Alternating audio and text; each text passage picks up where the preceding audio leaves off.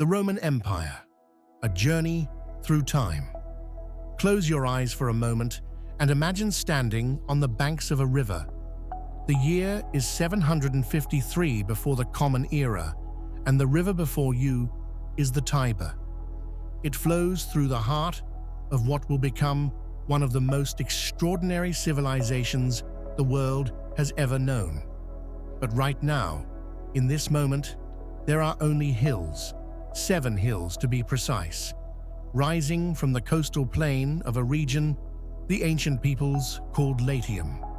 These hills are dotted with small settlements, clusters of simple dwellings where shepherds and farmers go about their daily lives, tending their flocks and working the soil.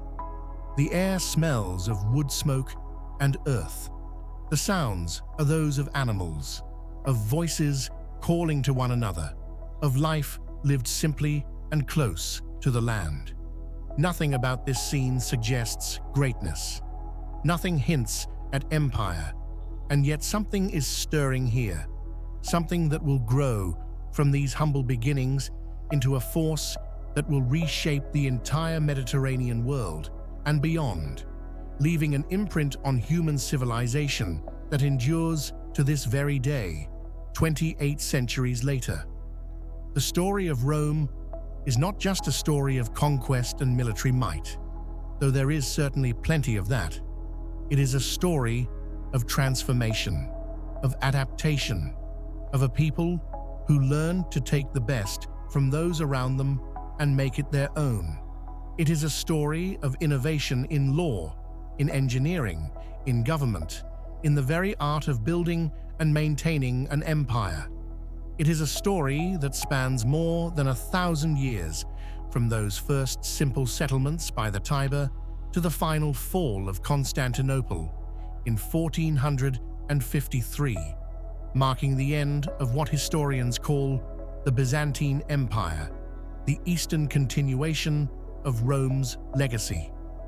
Tonight, as you settle into a comfortable position and allow your breathing to slow and deepen, we're going to journey through the rise of this remarkable civilization. We'll explore the legends and the facts, the wars and the peace, the brilliant leaders and the terrible tyrants. We'll watch as a small city-state on the banks of a river grows to dominate an empire that, at its height, encompassed 70 million people spread across 50 different modern-day countries, accounting for 33% of the entire world's population. But before we can understand the empire, we must first understand its beginnings. And those beginnings, like the beginnings of so many ancient peoples, are wrapped in layers of myth and legend, stories told and retold until the line between fact and fiction becomes wonderfully blurred. The birth of a city, legend and reality. The Romans themselves believed they knew exactly when their city was founded. They celebrated it every year on the 21st of April, a date that fell during the ancient festival of Perilia. According to their carefully calculated chronology, this founding occurred in the year 753 before the Common Era. The man responsible for working out this precise date was Marcus Terentius Varro, a scholar of immense reputation in the 1st century before the Common Era. Varro worked backwards from his own time, accounting for the reigns of the various kings who had ruled Rome before the establishment of the Republic, adding up the years and consulting various historical sources, some reliable, some less so. He settled on 753, and this date became official, accepted, woven into the very fabric of Roman identity. From that point forward, Romans dated events ab urbe condita, from the city's founding. It became their year zero, their point of reference, the moment when everything began. But beginnings are complicated things.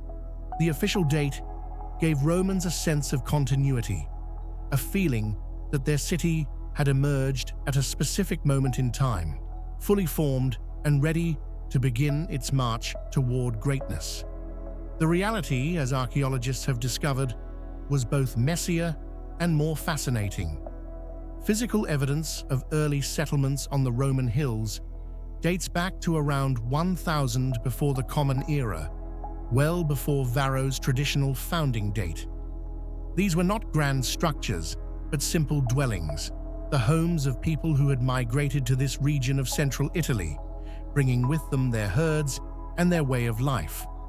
By around 800 before the Common Era, something more organized began to emerge. Graves appear in the archaeological record on the Esquiline Hill, one of Rome's famous 7 hills. There are traces of clay and timber walls on the Palatine Hill, another of the 7, dating to the middle of the 8th century. These are the marks of a society beginning to organize itself, to think beyond mere survival towards something more structured, more permanent. The location itself was no accident. The 7 hills of Rome rose on the left bank of the Tiber River, at a crucial geographical point. This was the first place, moving upstream from the Mediterranean coast, where the Tiber became narrow enough to be easily bridged. Yet the river still remained navigable by seagoing ships.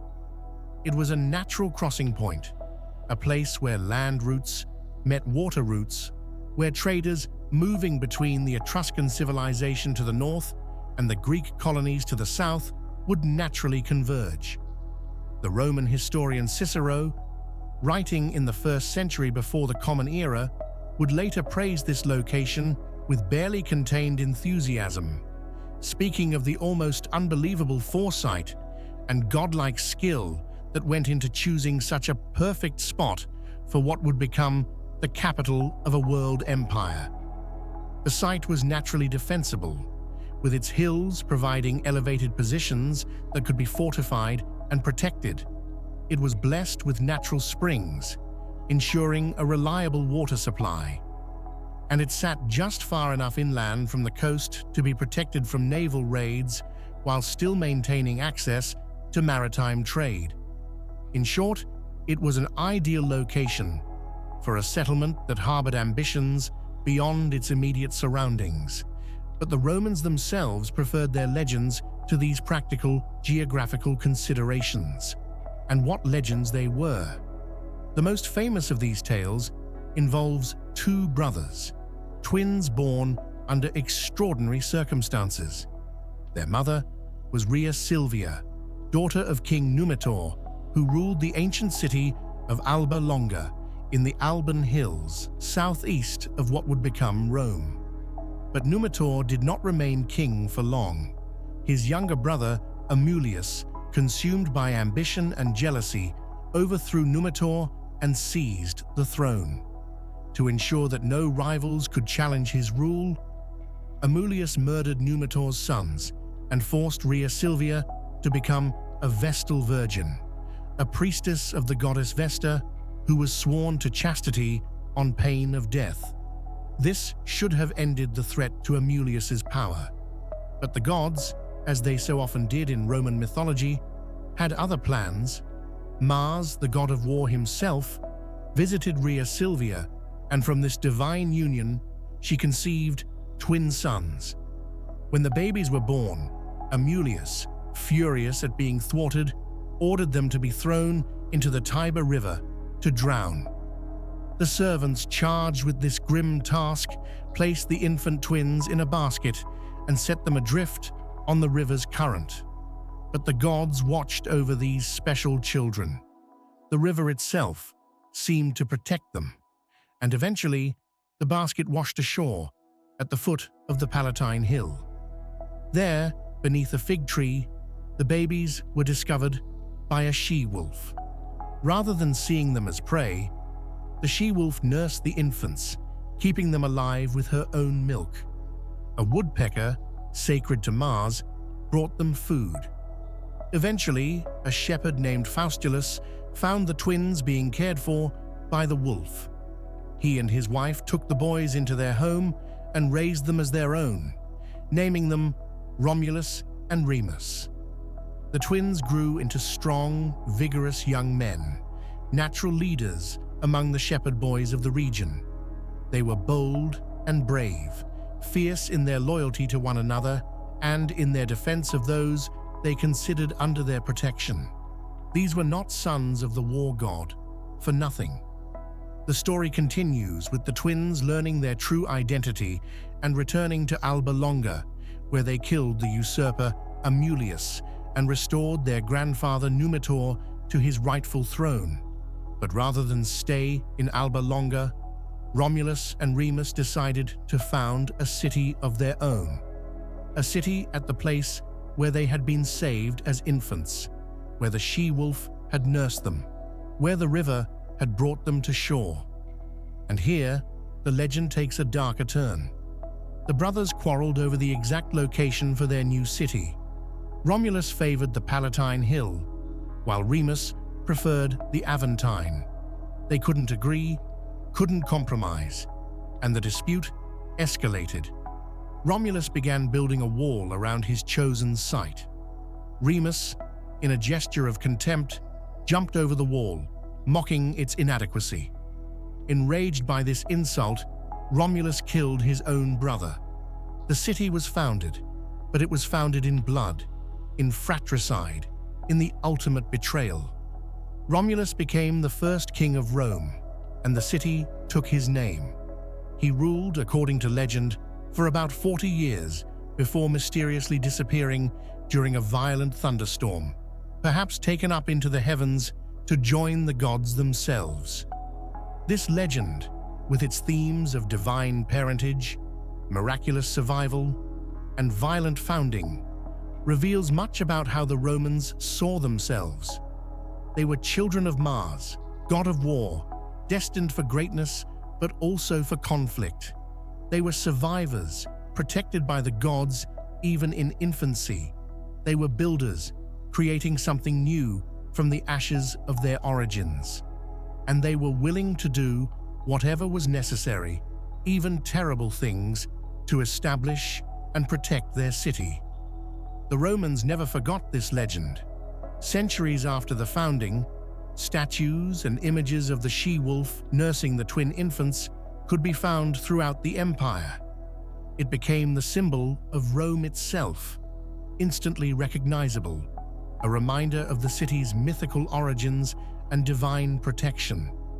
Bronze figurines depicting this scene, some dating from as late as 100 after the Common Era, have been discovered by archaeologists, showing that even 800 years after the traditional founding, this myth still held power in Roman hearts. There was another legend too, one that connected Rome to an even earlier story, to the fall of Troy itself. This tale centered on Aeneas, a Trojan hero who escaped when the Greeks sacked his city around 1200 before the Common Era.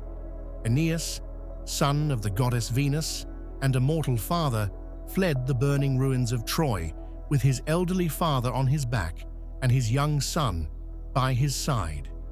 After years of wandering across the Mediterranean, facing storms and monsters, temptation and hardship, Aeneas finally landed in Latium, the region around the Tiber River. There he married Lavinia, daughter of King Latinus, but this union sparked a war with King Turnus of Rutuly, who had also sought Lavinia's hand. With the support of the Etruscans, Aeneas defeated Turnus and established himself in Latium.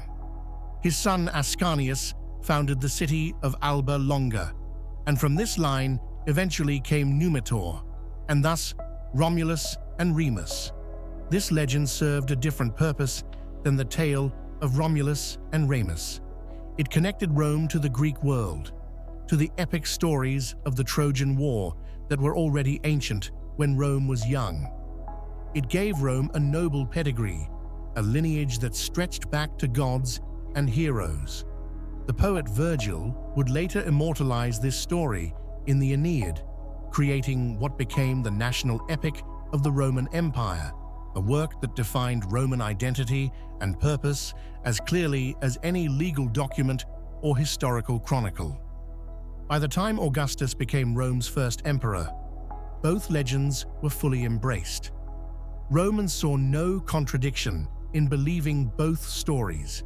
Aeneas and his descendants explained Rome's ancient origins and divine ancestry.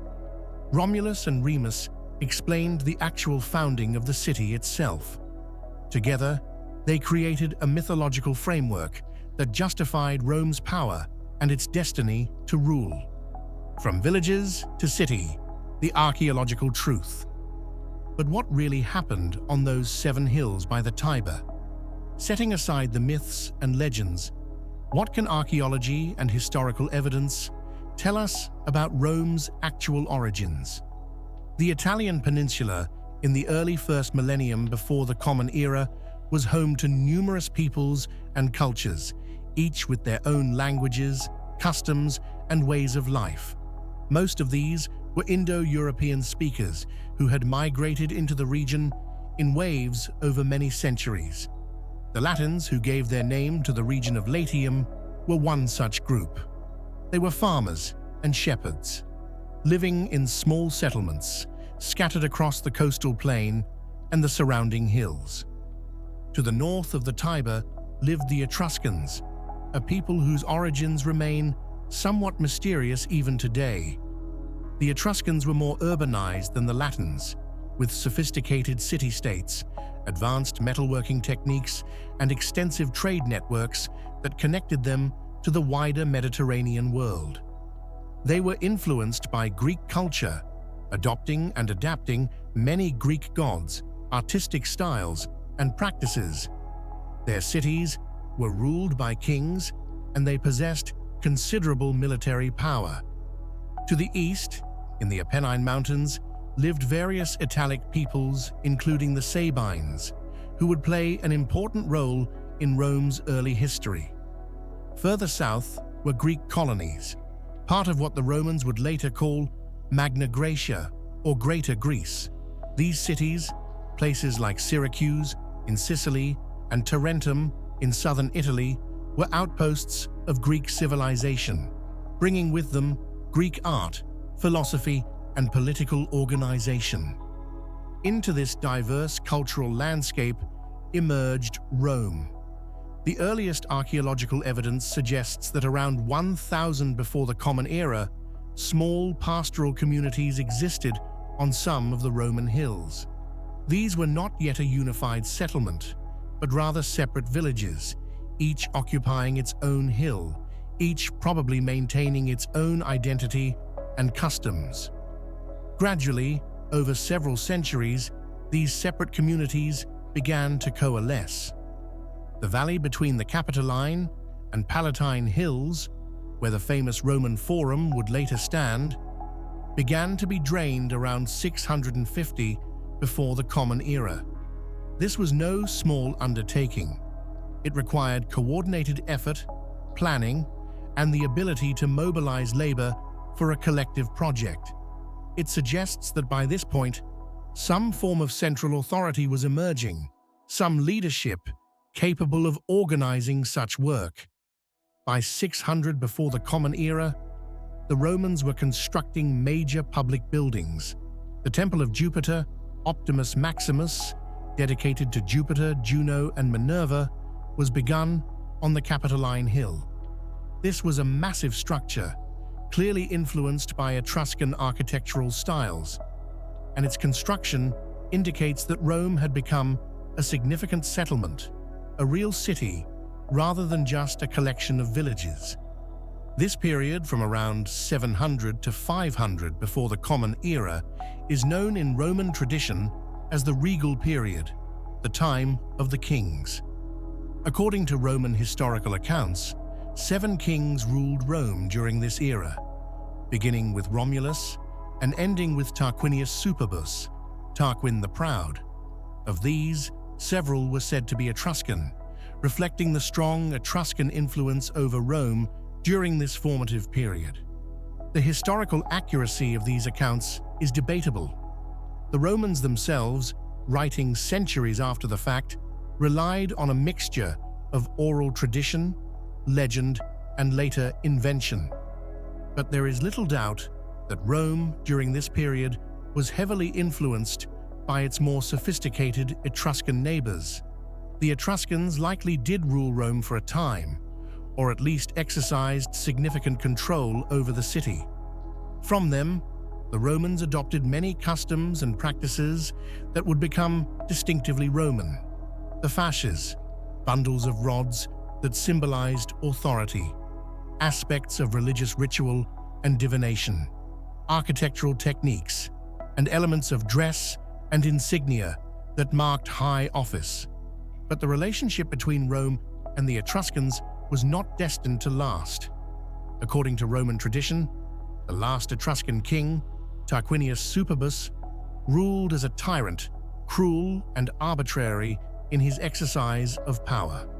The exact details vary in different accounts, but the general story tells of the king's son assaulting a noblewoman named Lucretia, wife of a prominent Roman. Rather than live with the shame, Lucretia took her own life, but not before extracting a promise from her husband and father that they would avenge her. This event sparked a rebellion. Led by Lucius Junius Brutus, a member of the Roman aristocracy, the people rose up and expelled Tarquinius Superbus from the city. The year was 509 before the Common Era, at least according to traditional Roman chronology. From that point forward, the Romans swore they would never again be ruled by a king. The very word king became hateful to them, associated forever with tyranny and oppression. Even centuries later, when Rome was ruled by emperors who held absolute power, those rulers carefully avoided the title of king, preferring other terms that carried less toxic associations. The expulsion of the kings marked the beginning of a new era in Roman history. The monarchy was replaced by the republic, a system in which power was shared among elected officials who served limited terms and were accountable to various assemblies and institutions. It was a revolutionary idea, this notion that a state could be governed not by a single hereditary ruler, but by citizens working together through established laws and procedures. Of course, the reality was more complicated than the ideal. The early Roman Republic was dominated by a class of aristocrats called patricians, who controlled most positions of power and influence.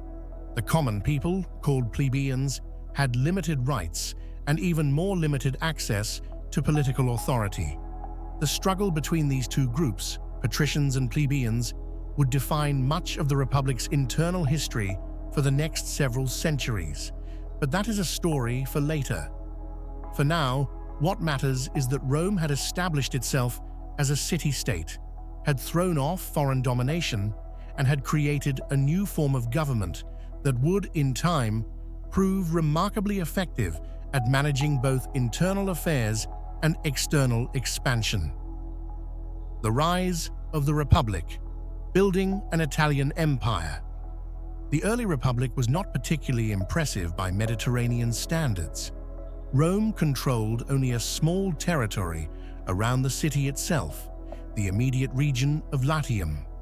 To the north lay the Etruscan city-states, still powerful and sophisticated.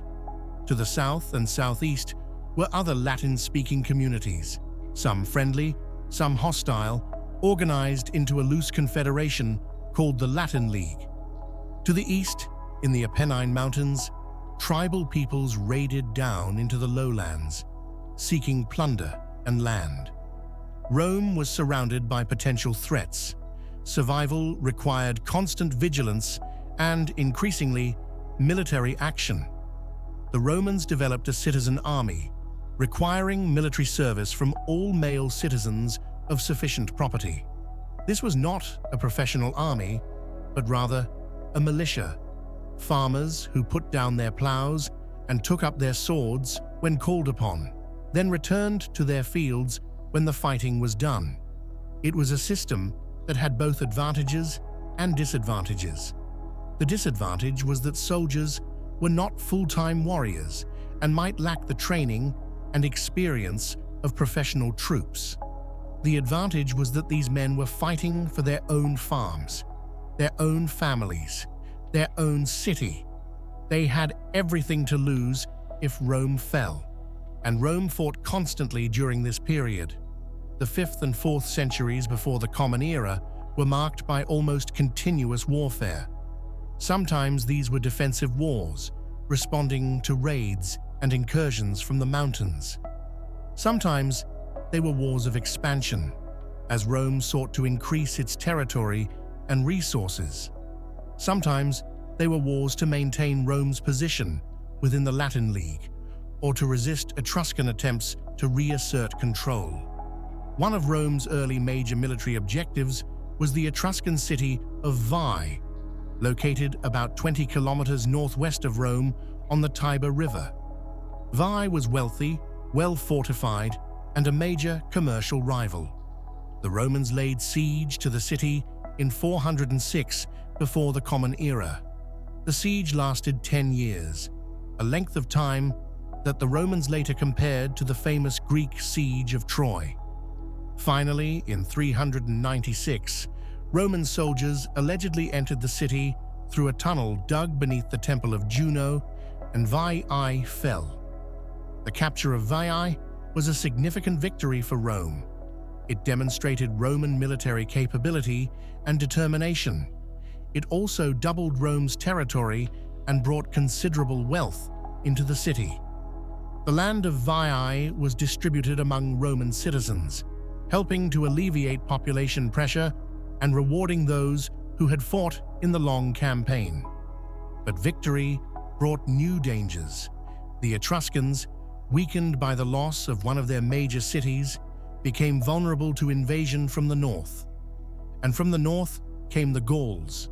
The Gauls were Celtic peoples who had been migrating into northern Italy over the previous centuries.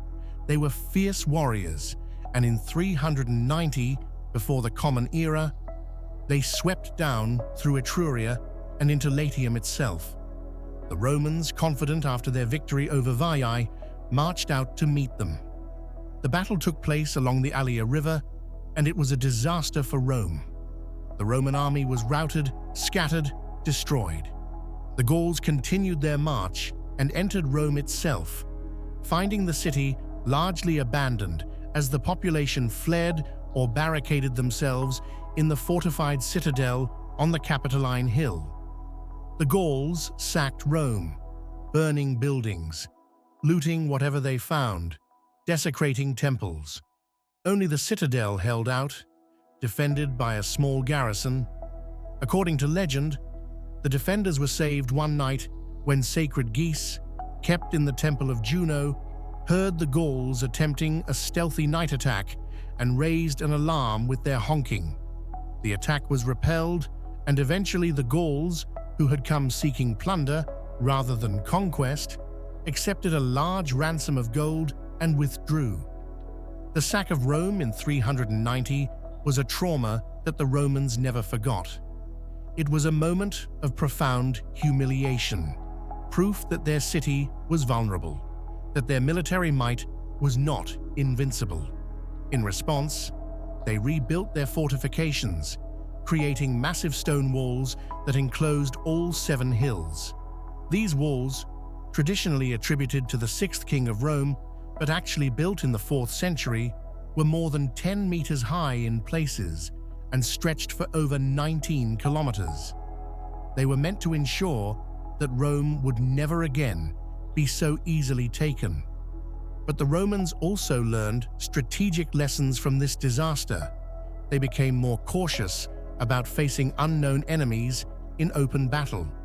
They developed better intelligence about potential threats, and they began to understand the importance of controlling not just their immediate surroundings, but the entire Italian peninsula, denying potential invaders any base from which to operate. The rest of the 4th century saw Rome gradually reassert its dominance over Latium and begin to expand into new territories. The Latin League, which had sometimes been Rome's ally and sometimes its rival, rose in rebellion in 340 before the Common Era. The war lasted 2 years and ended with Roman victory. Rome dissolved the League as a political entity, though it continued as a religious organization. The defeated Latin cities could no longer make alliances with each other or conduct independent foreign policies. Some were granted full Roman citizenship, integrating them completely into the Roman state. Others became allies, required to provide troops for Roman armies, but permitted to maintain their own local governments and customs.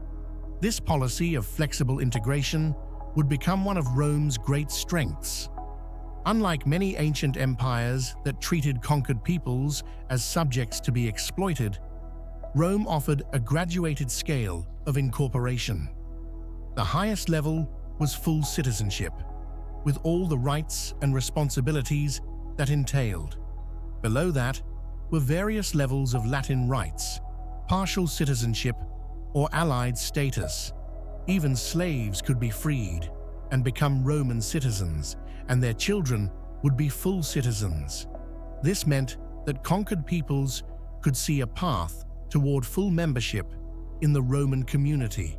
It gave them a stake in Rome's success, rather than making them permanent enemies. To the southeast of Rome lived the Samnites, a confederation of Italic tribes inhabiting the rugged Apennine Mountains. The Samnites were tough, hardy people, expert at mountain warfare. Between 343 and 290 before the Common Era, Rome fought 3 major wars against them. These were brutal, difficult conflicts, with victories and defeats on both sides. The terrain favored the Samnites, and more than once they inflicted serious defeats on Roman armies.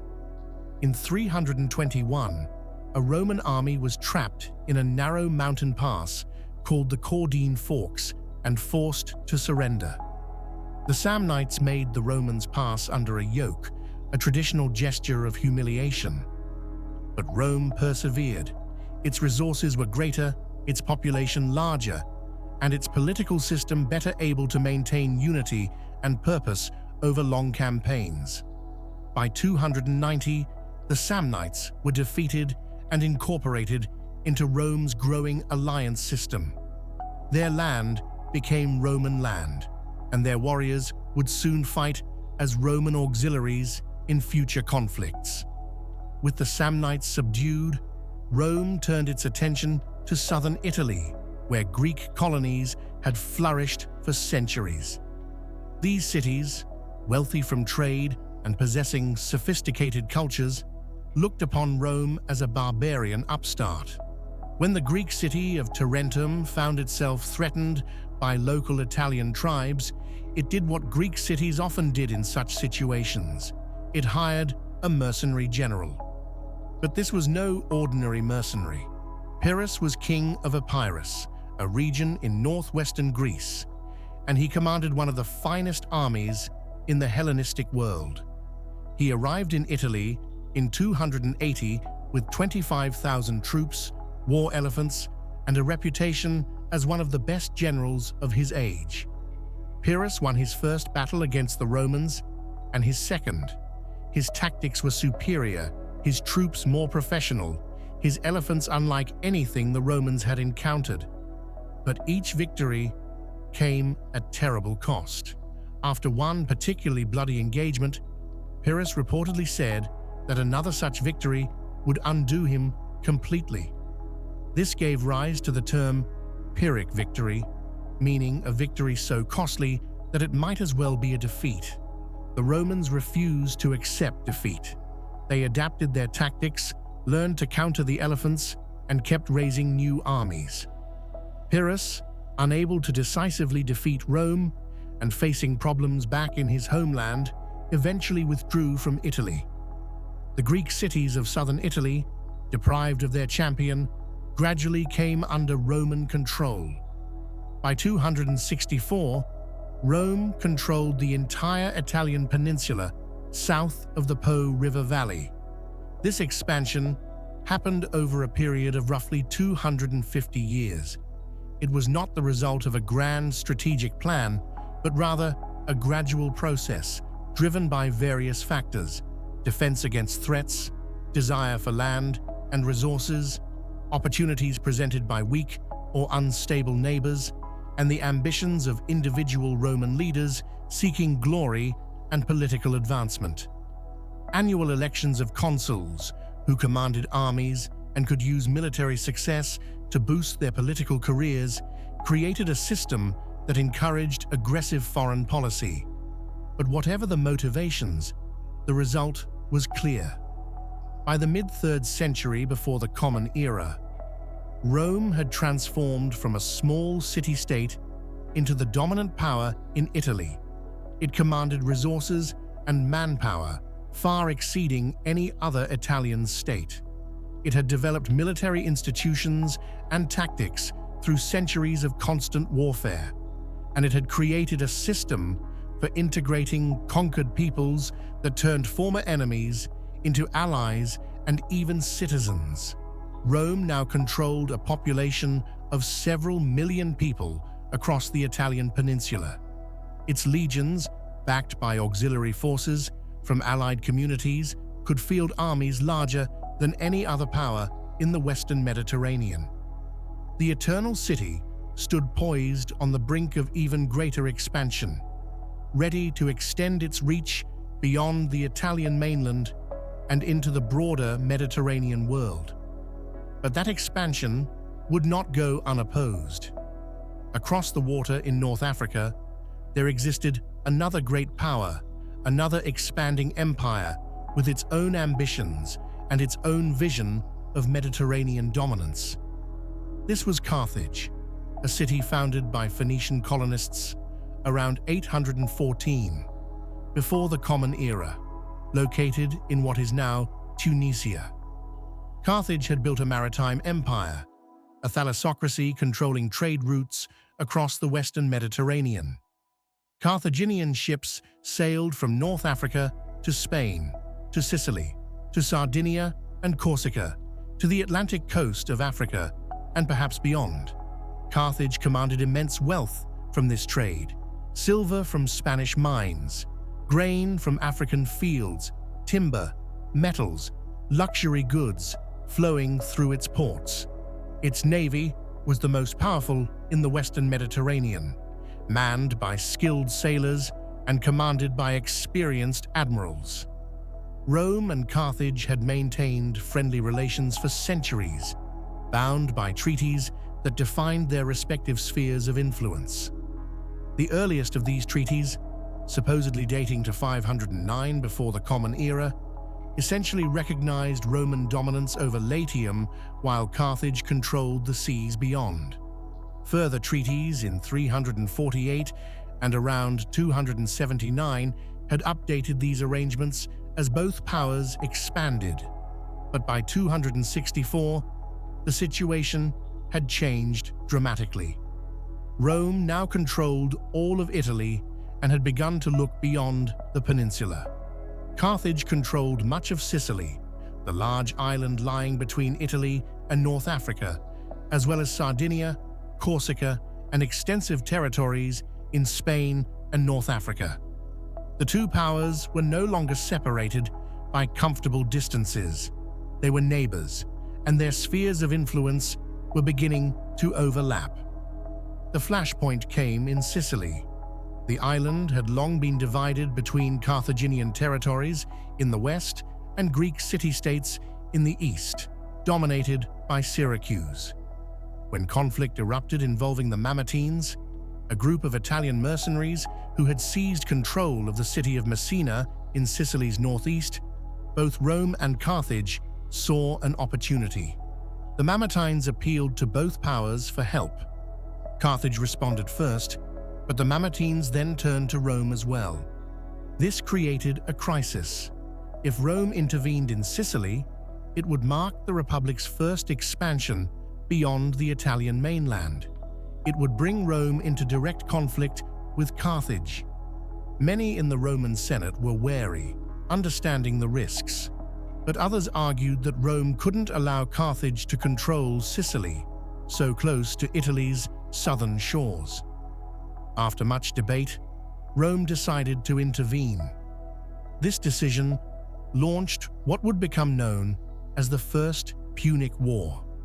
The term Punic comes from Punicus, the Latin word for Phoenician, referring to Carthage's origins. This war would last 23 years, from 264 to 241, making it one of the longest continuous conflicts in ancient history. It would transform Rome from a land power into a naval power and establish the Republic as the dominant force in the Western Mediterranean. When the war began, Carthage possessed overwhelming naval superiority. Rome had no significant navy at all. Its experience of warfare was entirely on land. But the Romans showed a characteristic combination of practicality and innovation. According to the historian Polybius, the Romans captured a Carthaginian warship that had run aground. They used it as a model, reverse engineering its design and building their own fleet. To compensate for their sailors' inexperience compared to the Carthaginians, Roman engineers developed the corvus, a boarding bridge with a spike that could be dropped onto enemy ships, locking them together. This allowed Roman soldiers to board Carthaginian vessels and turn naval battles into infantry combat, playing to Rome's strengths. The war seesawed back and forth. Rome won major naval victories, then lost entire fleets to storms. Armies invaded North Africa and were destroyed. Battles raged across Sicily, in the waters around the island, and along the North African coast. Both sides suffered enormous casualties.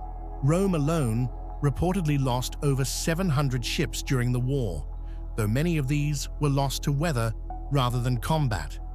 But Rome had one crucial advantage: its vast manpower reserves.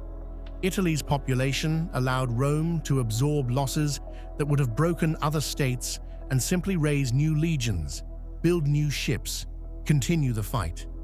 Carthage, relying heavily on mercenaries and with a smaller citizen population, found this war of attrition increasingly difficult to sustain. Finally, in 241, a rebuilt Roman fleet achieved a decisive victory at the Battle of the Aegates Islands off Sicily's western coast. The Carthaginian fleet was destroyed, and Carthage's garrisons in Sicily were cut off from resupply. Carthage sued for peace. The treaty terms were harsh. Carthage had to evacuate Sicily, pay a massive indemnity of 3,200 talents of silver over 10 years, and relinquish control of several strategic islands. Sicily became Rome's first overseas province, governed by a praetor sent from Rome. It would serve as an important source of grain for the growing city of Rome. This First Punic War marked a crucial turning point. Rome had proven it could adapt to new forms of warfare, building a navy from scratch and learning to fight at sea.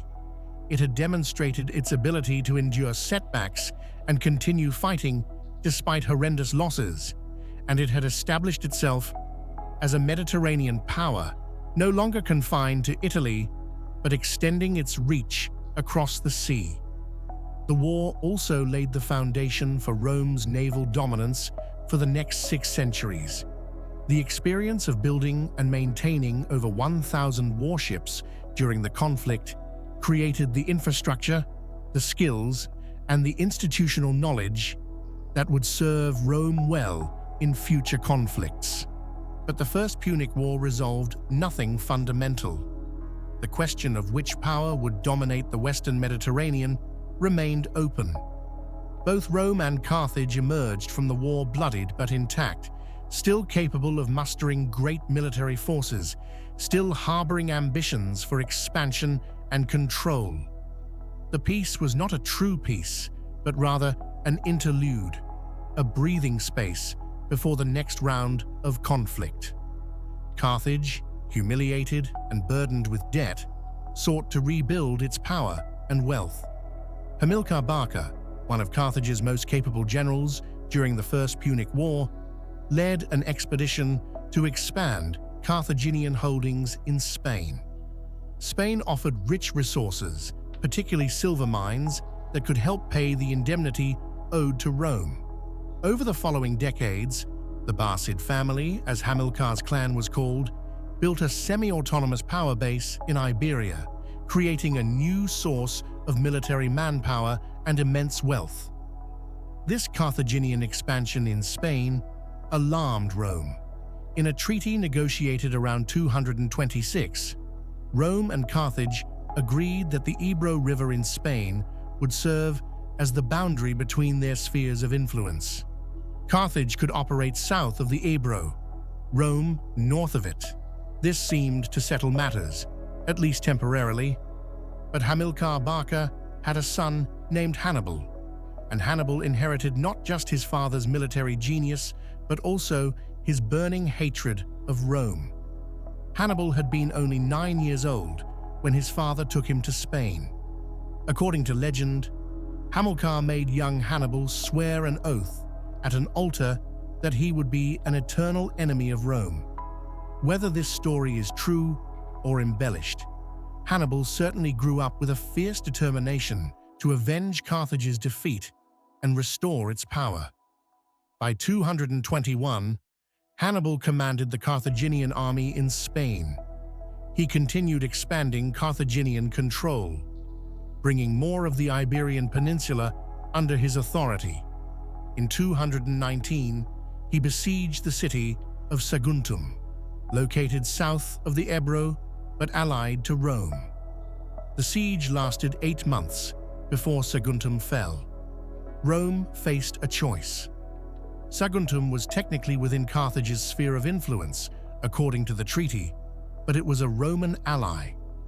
Allowing its fall without response would damage Rome's credibility. Roman envoys traveled to Carthage demanding that Hannibal be handed over for punishment. Carthage refused.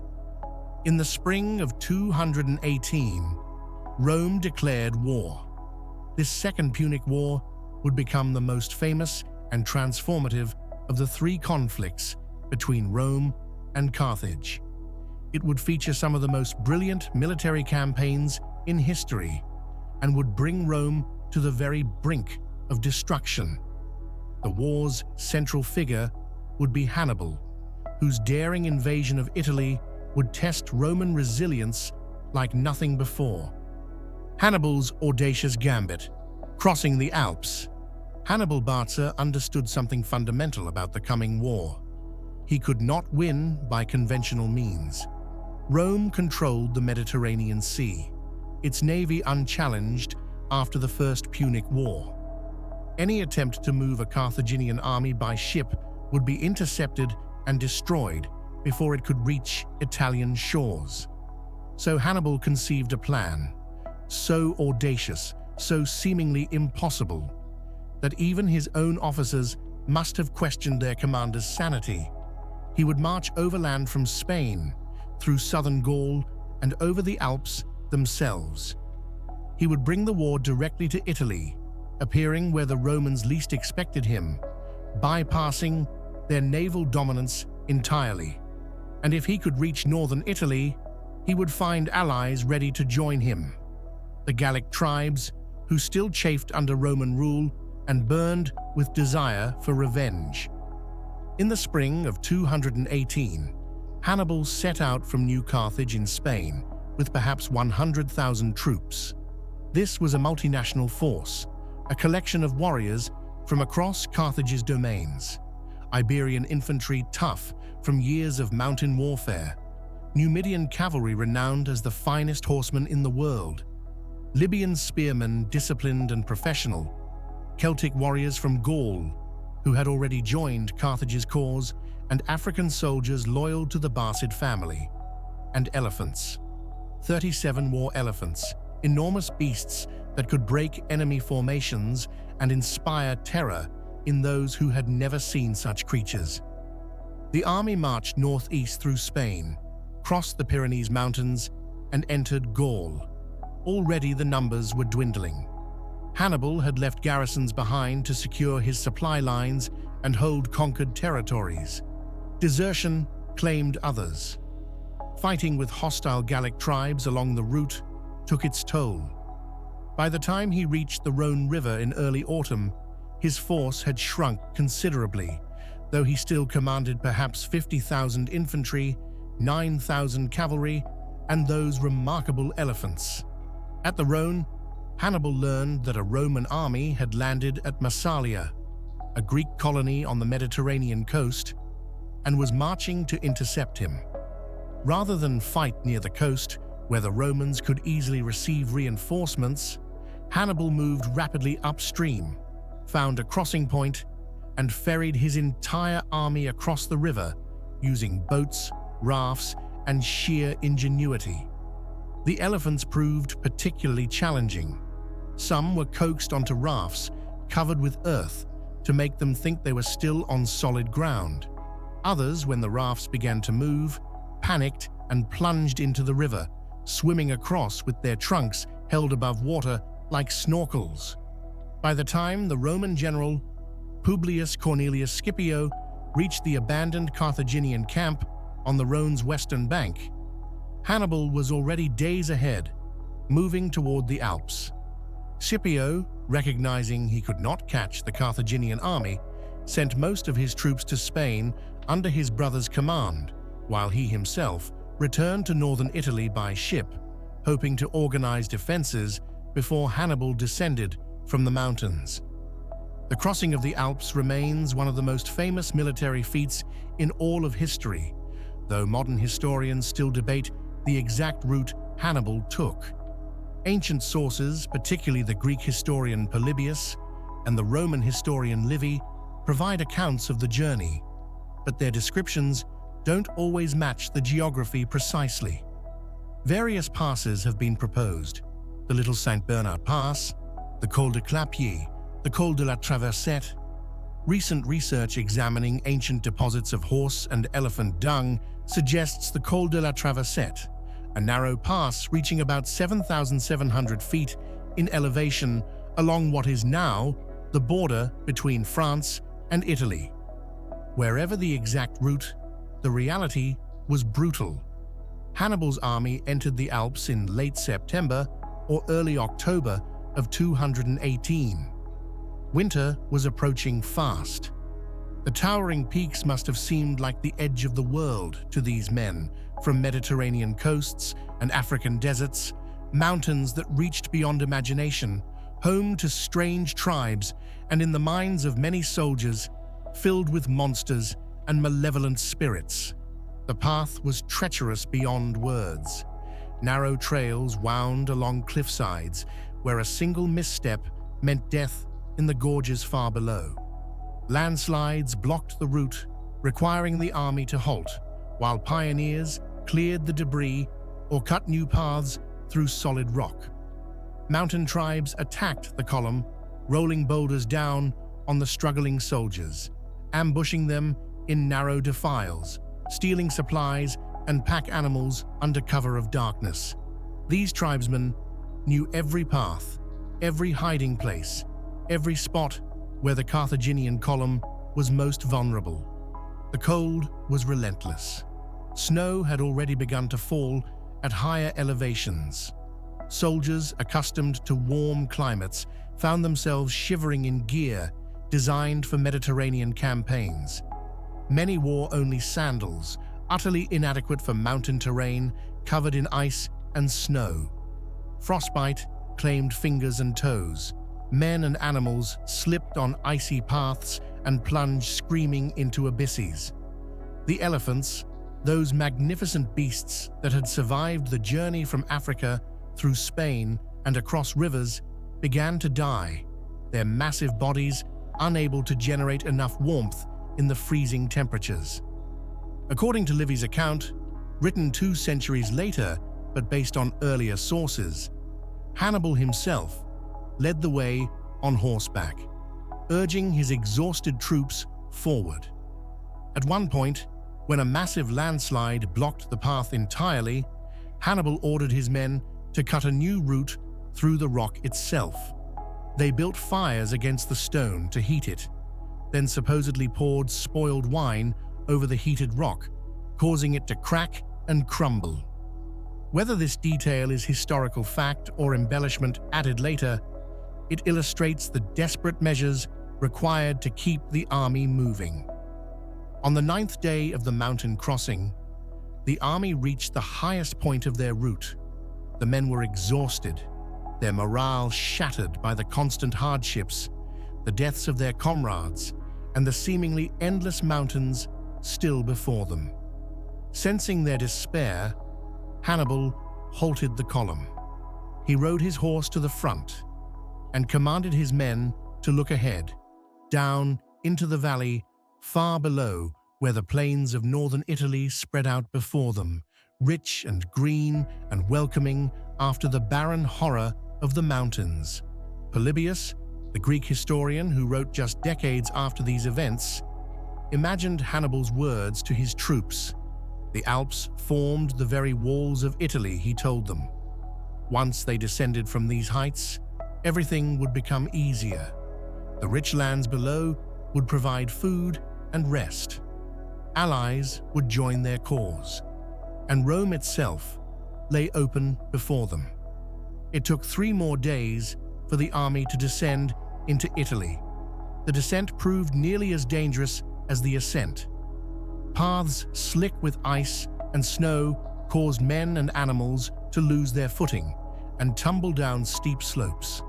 But finally, after 15 days in the mountains, Hannibal's army emerged onto the plains near what is now the town of Ivrea in the Po River Valley. The cost had been staggering. Of the roughly 50,000 infantry and 9,000 cavalry that had entered the Alps, only about 26,000 infantry and 6,000 cavalry reached Italy. The elephants had been reduced to perhaps a dozen or fewer. Nearly half the army was gone, lost to cold, to falls, to tribal attacks, to desertion, to sheer exhaustion and despair. But Hannibal had achieved the impossible. He had brought an army over the Alps in late autumn. He stood on Italian soil with his remaining forces intact as a fighting force. And more importantly, the psychological impact of this achievement was immense. Here was a general who could accomplish what seemed impossible, who could overcome any obstacle through determination and brilliance. His men, those who had survived, were hardened veterans now, bound together by shared suffering and triumph. They would follow Hannibal anywhere. And now, the real war could begin. The scourge of Italy. Hannibal's victories. The Romans did not take Hannibal seriously at first. His army, diminished by the Alpine crossing, seemed too small to pose a real threat. The Senate dispatched armies to confront him, confident that Roman military superiority would quickly crush this invasion. They were catastrophically wrong. Near the Ticinus River in November of 218, Hannibal's cavalry defeated a Roman force, wounding the consul Publius Cornelius Scipio in the engagement. This was only a preliminary skirmish, but it demonstrated Hannibal's superior cavalry and his tactical brilliance. More importantly, it brought the first Italian tribes over to Hannibal's side. The Gauls of northern Italy, whom Rome had conquered only recently, saw in Hannibal an opportunity for revenge and freedom. Thousands of Gallic warriors flocked to join the Carthaginian cause. In December, near the Trebia River, Hannibal faced a full Roman consular army. The Roman commander, impetuous and overconfident, allowed Hannibal to choose the battlefield and dictate the terms of engagement. On a freezing winter morning, Hannibal sent light troops to provoke the Romans into crossing the icy river. The Roman army waded through the frigid water, emerging exhausted and half-frozen on the opposite bank, exactly where Hannibal wanted them. The battle that followed was a Roman disaster. Hannibal had hidden troops on both flanks. As the Romans engaged his center, these hidden forces swept around and attacked from the sides and rear. thousands of Romans died. Those who escaped did so only by breaking through Hannibal's center before the encirclement was complete. The survivors straggled back to their camps, defeated, demoralized, and decimated. Rome began to worry, but Rome had been defeated before. The Senate raised new armies, 4 new legions to replace those lost. The Romans would learn from their mistakes, they assured themselves. They would adapt. They would prevail. In June of 217, Hannibal marched south through central Italy, drawing another Roman army after him. Near Lake Trasimene, in a narrow valley between the lake and steep hills, Hannibal set an ambush. He hid his entire army in the hills overnight. At dawn, as morning mist rose from the lake and filled the valley with concealing fog, the Roman army marched straight into the trap. Hannibal's troops poured down from the hills onto the Roman column. There was no battle line, no organized combat, just chaos and slaughter. The Romans, strung out along the road, couldn't form their usual formations. Many were driven into the lake and drowned, weighed down by their armor. Others died on the shore or in the narrow valley, unable to fight effectively in the confusion. In perhaps 3 hours of killing, 15,000 Romans died. Another 15,000 were captured. The consul Gaius Flaminius was killed in the fighting. This defeat shook Rome to its core. An enemy army was loose in central Italy, destroying Roman forces at will, and the Republic seemed powerless to stop it. The Senate took the extraordinary step of appointing a dictator, Quintus Fabius Maximus, and granting him absolute authority to deal with the crisis. Fabius proved to be exactly what Rome needed, though many didn't realize it at the time. He understood that Hannibal's greatest advantage was his cavalry, which gave him mobility and tactical flexibility in open battle. Fabius refused to give Hannibal the pitched battle he wanted. Instead, Fabius shadowed the Carthaginian army, keeping to high ground and rough terrain where Hannibal's cavalry would be less effective. He harassed foraging parties, cut supply lines, attacked stragglers, but never committed to a major engagement. This strategy, which came to be called Fabian after its inventor, gradually wore down Hannibal's army. Without a decisive victory to show, Italian allies began to waver. Supplies became scarce. Hannibal could ravage the countryside, but he couldn't capture major cities without siege equipment, and he couldn't force the Romans to fight on his terms. But many Romans found this strategy humiliating and cowardly. They wanted action, wanted victory, wanted revenge for the defeats at Trebia and Trasimene. When Fabius's term as dictator ended, the Senate did not renew his extraordinary powers. In 216, 2 new consuls were elected and placed in command of the largest army Rome had ever assembled. 8 full legions plus auxiliary forces, perhaps 86,000 men in total. The consuls were Gaius Terentius Varro and Lucius Aemilius Paulus. They had orders to find Hannibal and destroy him. Varro, in particular, was eager for battle, confident that sheer numbers would overwhelm the Carthaginians. Paulus was more cautious, having experience fighting Hannibal before, but command alternated between the 2 consuls on successive days. Hannibal, meanwhile, had seized a major grain depot at Cannae in southeastern Italy. The loss of this depot threatened Rome's food supply and could not be ignored. The massive Roman army marched south to confront him. On August 2nd, 216 before the Common Era, the 2 armies met on a wide plain near Cannae. The Battle of Cannae would become perhaps the most famous tactical engagement in military history, studied by generals and military theorists for the next 2,000 years and beyond. The Roman army deployed in their traditional formation, but they made their center deeper and more compact than usual, hoping to break through Hannibal's line through sheer mass and momentum. The Romans placed their cavalry on the wings, though they were outnumbered by Hannibal's horsemen. They faced southwest, with the Aufidus River protecting their right flank. Hannibal arranged his forces with brilliant cunning. His center consisted of Gallic and Spanish infantry arranged in a convex crescent shape that bulged forward toward the Romans. On either side of this center, slightly behind it, he placed his elite African infantry, veterans who had fought through the entire campaign. His superior cavalry massed on the wings, particularly strong on his left wing, which faced the weaker Roman cavalry. As the battle began, the Roman infantry advanced, pushing hard against Hannibal's center. The Gallic and Spanish troops gave ground, exactly as Hannibal had planned, their crescent formation gradually becoming concave as they bent backward before the Roman pressure.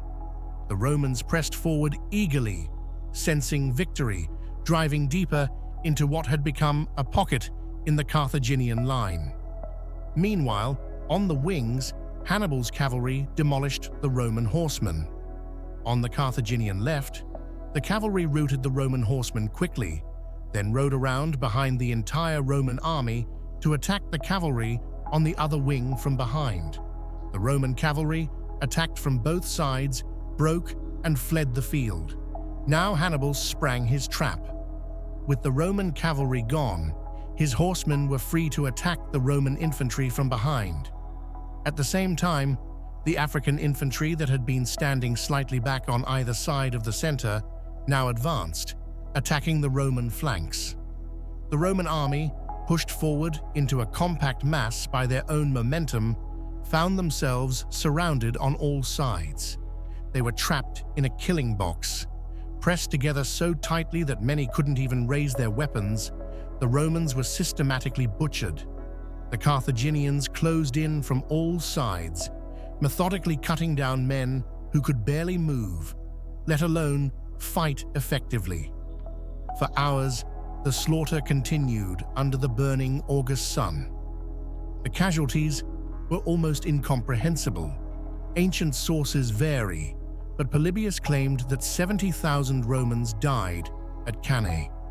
Modern historians are more conservative, estimating perhaps 50,000 to 60,000 killed. Even the more modest numbers represent one of the worst single-day death tolls in military history. Among the dead was the consul Paulus, along with 2 quaestors, 29 out of 48 military tribunes, and 80 men of senatorial rank. For comparison, more Romans died at Cannae than Americans died in the entire Revolutionary War, or than Britons died on the first day of the Battle of the Somme in World War I. If the ancient estimates are accurate, over 100 Romans were dying every minute during the height of the killing. 20% of all Roman men of fighting age between 18 and 50 died on that single afternoon.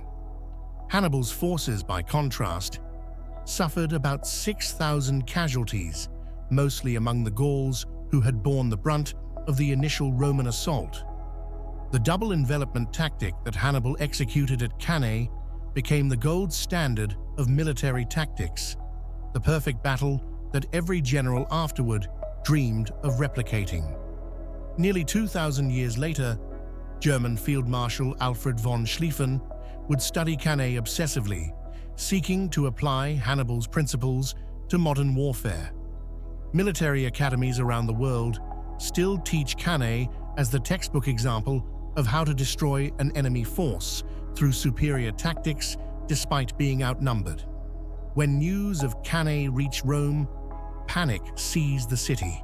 Women filled the streets, weeping for lost sons, husbands, fathers, brothers. The Senate performed extraordinary religious rites, including human sacrifices, to appease the gods who had clearly withdrawn their favor. Envoys were dispatched to consult the oracle at Delphi. Everyone expected Hannibal to march on Rome itself, to besiege the city while it lay vulnerable and reeling from the catastrophe. But Hannibal did not march on Rome. His cavalry commander Maharbal allegedly urged him to strike immediately, saying that if they marched at once, they would be dining on the Capitoline Hill in 5 days. When Hannibal refused, Maharbal supposedly told him that he knew how to win battles, but not how to use the victory. Whether this exchange actually happened or was invented later by Roman writers eager to explain why Hannibal hadn't destroyed their city when he had the chance, the fact remains: Hannibal did not besiege Rome. The reasons were practical. Hannibal lacked siege equipment to assault Rome's massive walls. His army, though victorious, had suffered casualties and needed rest and resupply. Rome itself was still defended by the troops that had been stationed there, and the fortifications were formidable. But most importantly, Hannibal's strategy had never been to destroy Rome utterly. He aimed to break Rome's power by detaching its Italian allies to surround Rome with a hostile coalition that would force the Republic to accept peace on Carthaginian terms. And at first, this strategy seemed to work. After Cannae, many Italian cities defected to Hannibal. Capua, the second largest city in Italy, came over to the Carthaginian side, providing Hannibal with a major base. Several Greek cities in southern Italy joined him. Even Syracuse in Sicily, Rome's longtime ally, defected. Philip V of Macedon in Greece, seeing Rome weakened, formed an alliance with Hannibal. For the first time since the war began, it seemed possible that Rome might actually lose, but Rome did not break. This is perhaps the most remarkable aspect of the Second Punic War: Roman resilience in the face of disaster that would have destroyed any other ancient state. Within weeks of Cannae, Rome had raised new legions, even conscripting slaves and criminals to fill the ranks. The Senate refused to ransom the thousands of Roman prisoners Hannibal held, sending a message that Rome would never negotiate with an enemy on Italian soil. They returned to Fabius's strategy of avoiding pitched battles, shadowing Hannibal's army, wearing it down through attrition. More crucially, most of Rome's Italian allies remained loyal. Despite the catastrophic defeats, despite Hannibal's presence in Italy, despite the very real possibility of Roman collapse, the majority of Italian communities stayed with Rome. The system of alliance and gradual integration that Rome had developed over centuries of expansion proved its worth. These allies had a stake in Rome's success, had been granted Roman citizenship or the promise of it, and saw their futures tied to Rome's rather than to a Carthaginian invader who, if victorious, might prove a harsher master than Rome had been. Hannibal would remain in Italy for another 13 years, from 216 to 203. He won smaller engagements, raided throughout southern Italy, held territories around Capua. But he could never deliver the knockout blow that would force Rome to surrender. Gradually, the tide turned against him. In Spain, where Hannibal's brother Hasdrubal commanded Carthaginian forces, a young Roman general named Publius Cornelius Scipio, son of the consul who had been wounded at Ticinus, took command and began systematically conquering Carthaginian territories. Scipio was only 25 years old, untested in independent command, but he proved to be a military genius equal to Hannibal himself. He had studied Hannibal's tactics, learned from them, and now turned them against the Carthaginians. By 206, Scipio had driven the Carthaginians from Spain entirely. Hasdrubal, Hannibal's brother, attempted to march to Italy to reinforce his brother, following the same route over the Alps, but the Romans intercepted him at the Metaurus River in 207. In a hard-fought battle, the Romans destroyed Hasdrubal's army and killed Hasdrubal himself. They catapulted his severed head into Hannibal's camp, letting the great general know that no reinforcements would be coming, that he was alone in Italy, that his cause was lost. Scipio, having secured Spain, convinced the Senate to let him invade North Africa itself, to strike at Carthage's homeland. In 204, he landed in Africa with a Roman army. The Carthaginian government, facing invasion and with their treasury depleted by years of war, recalled Hannibal from Italy. After 15 years of campaigning, 15 years in which he had never lost a major battle, Hannibal finally left Italian shores. The war he had fought so brilliantly in Italy was over, but one final battle remained. In October of 202, near the town of Zama in North Africa, Hannibal faced Scipio. Unlike previous battles in the war, this time the Romans had superior cavalry. Massinissa, king of Numidia, had switched sides and brought his horsemen to fight for Rome rather than Carthage. Scipio had learned Hannibal's tactics and now used them against the master. The Battle of Zama saw roles reversed. This time, it was the Romans who won the cavalry battle and rode around to attack the Carthaginian infantry from behind. This time, it was the Carthaginians who found themselves outmaneuvered and defeated. Hannibal's army, which included many raw recruits who had never faced Roman legions before, was destroyed. 20,000 Carthaginians died, and 26,000 were captured. Roman casualties were light by comparison, only 6,500 men. Hannibal survived the battle and escaped. He advised the Carthaginian Senate to accept peace terms. Carthage had no choice. The treaty was harsh. Carthage had to surrender all territories outside Africa, reduce its fleet to just 10 ships, pay a massive indemnity of 10,000 talents over 50 years, and promise never to wage war without Roman permission. The Second Punic War was over. Carthage would never again threaten Rome. The Western Mediterranean was Rome's, and with it came the foundation for empire. Hannibal himself remained a thorn in Rome's side even in peace. He entered Carthaginian politics, implementing reforms that reduced the power of the old aristocracy. But Rome pressured Carthage to exile him. Hannibal fled to the eastern Mediterranean, serving as a military advisor to various kings who opposed Rome.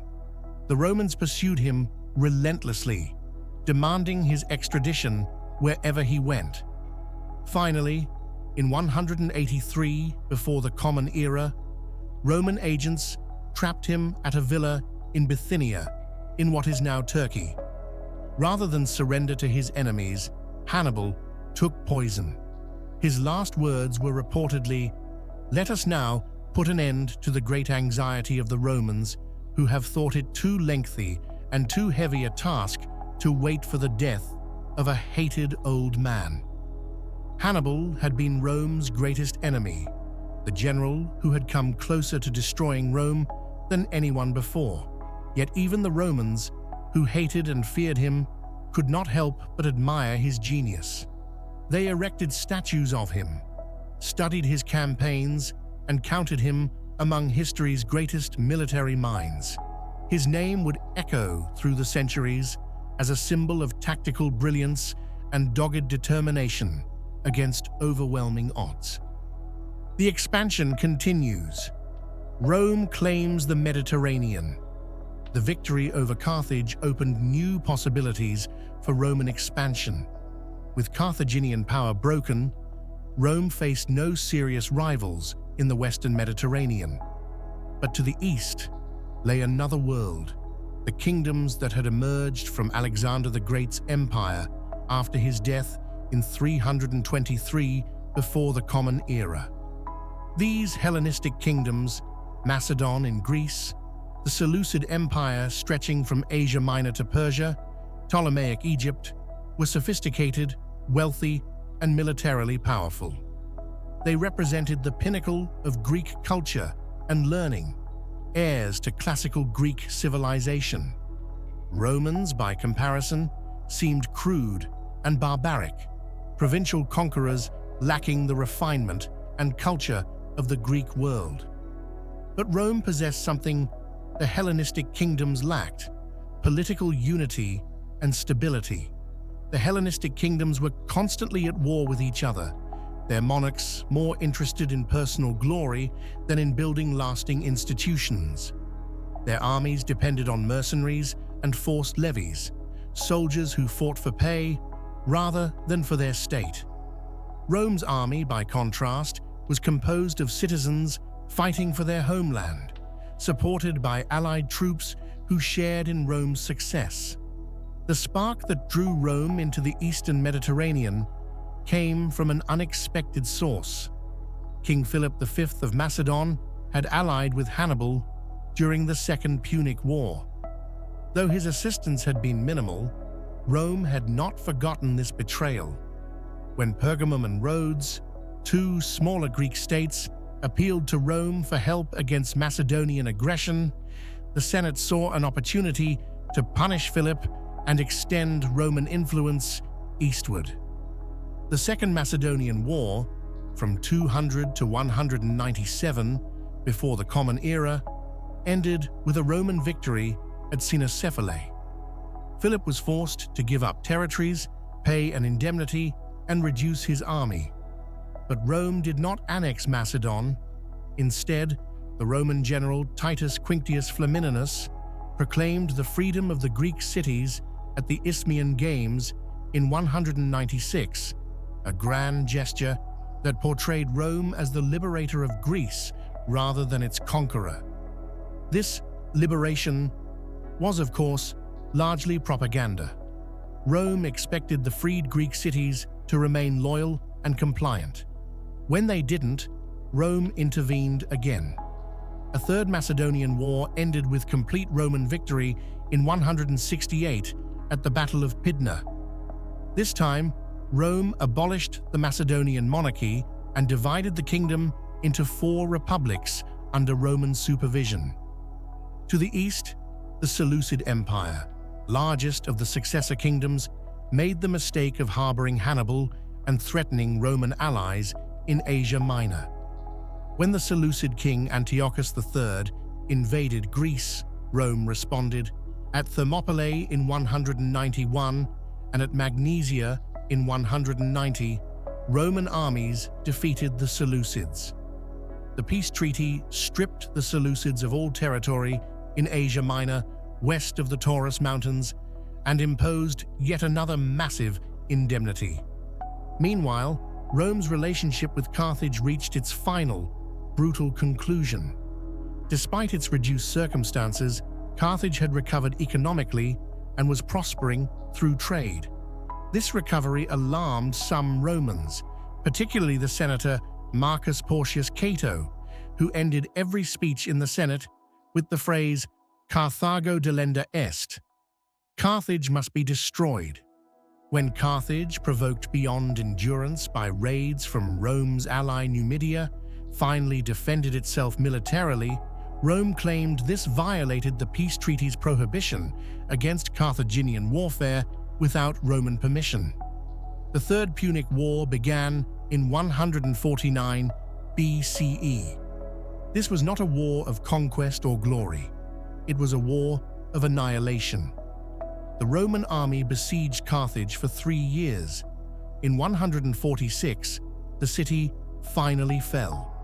The Romans killed or enslaved the entire population, razed the city to the ground, and according to legend, though this detail is disputed, plowed the site with salt so that nothing could ever grow there again. The great city that had once threatened Rome's very existence was erased from the earth. That same year, 146, Rome also destroyed Corinth in Greece, after it had led a revolt against Roman authority. The message was clear: Rome would tolerate no challenges to its power. The Mediterranean world was now Rome's, to govern as it saw fit. By the middle of the 2nd century, before the Common Era, Rome controlled an empire stretching from Spain in the west to Greece and Asia Minor in the east, from the Alps in the north to the coast of North Africa in the south.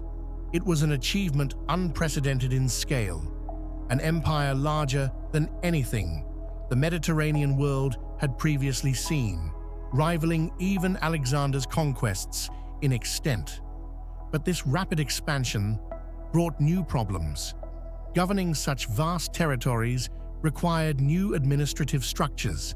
Conquered peoples needed to be managed, taxes collected, peace maintained across diverse cultures and regions.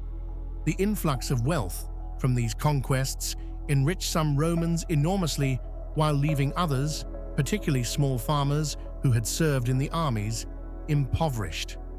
Slaves flooded into Italy from conquered territories, disrupting the economy and social structure. The Republic's political institutions, designed for governing a city-state, struggled to adapt to the needs of empire. The stage was being set for the crisis that would eventually transform the Republic into an empire. The crisis of the Republic, from citizens to subjects. The latter years of the Roman Republic were marked by increasing instability, violence, and the concentration of power in the hands of individual military commanders. The very success that had made Rome master of the Mediterranean contained the seeds of the Republic's destruction. Part of the problem was economic. The constant wars required constant military service, and Roman soldiers were citizen farmers who left their fields for years at a time. While they were away conquering distant lands, large landowners bought up small farms, creating vast estates worked by the flood of slaves captured in Rome's wars. When soldiers returned home after years of service, they often found they had nothing to return to. Their small farms were gone, absorbed into great latifundia, and they joined the growing urban population of dispossessed poor in Rome itself. These landless veterans looked to their generals for support rather than to the state. Generals, in turn, realized that loyalty from their troops could be more valuable than loyalty to the Republic. The bond between commander and soldier, forged in shared campaigns and sealed with promises of land and loot, began to supersede civic duty. The 1st century before the Common Era saw a series of powerful generals who used their military commands to accumulate wealth and political influence, then leveraged that influence to gain more commands in a cycle that concentrated ever more power in ever fewer hands. Marius, who reformed the army and defeated invasions from Germanic tribes, held the consulship an unprecedented 7 times. Sulla marched his legions on Rome itself to seize power, setting a precedent that would be followed by others. Pompey Magnus earned his cognomen the Great through victories in Spain against Mediterranean pirates and in the East. And then there was Gaius Julius Caesar. Caesar was born in 100 before the Common Era into an old patrician family that claimed descent from the goddess Venus herself. He was brilliant, ambitious, charismatic, and utterly unscrupulous when it came to advancing his career. As a young man, he had been marked for death by Sulla's prescriptions, but survived through connections and luck.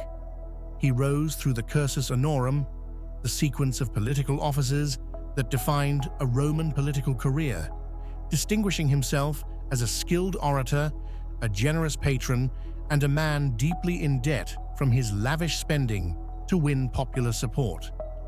In 59 before the Common Era, Caesar became consul alongside Marcus Calpurnius Bibulus. But Caesar's real power came from an informal alliance he had formed with Pompey and Marcus Licinius Crassus, Rome's 2 most powerful men. This alliance, which historians call the First Triumvirate, effectively controlled Roman politics. Through this arrangement, Caesar secured for himself the governorship of Cisalpine Gaul and Illyricum, regions that bordered unconquered territories and offered opportunities for military glory and personal enrichment. What followed were 8 years of nearly continuous warfare that would change the map of Europe forever. These campaigns, known as the Gallic Wars, saw Caesar conquer the vast region that roughly corresponds to modern France, Belgium, parts of Switzerland, and portions of Germany west of the Rhine. It was a territory of over 300,000 square miles, home to millions of people, organized into numerous Celtic tribes. Caesar's own account of these wars, the Commentari de Bello Gallico, provides our most detailed source for the campaigns, though modern historians recognize it as propaganda designed to justify his actions and glorify his achievements. Writing in the third person, Caesar presented himself as a reasonable commander, responding to threats and fulfilling Rome's obligations to its allies. The reality was more complex and considerably bloodier. The wars began in 58 with the migration of the Helvetii, a Celtic tribe from modern Switzerland, seeking to move through Gaul to avoid pressure from Germanic tribes to their east. Caesar, citing threats to Roman allies and Roman territory, intercepted them. In the subsequent battle, the Helvetii were defeated, and survivors were forced to return to their homeland. Caesar then turned his attention to a Germanic chieftain named Ariovistus, who had been invited into Gaul by some Celtic tribes.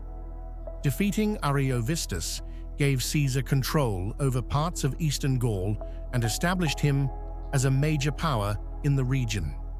Year by year, the campaigns continued.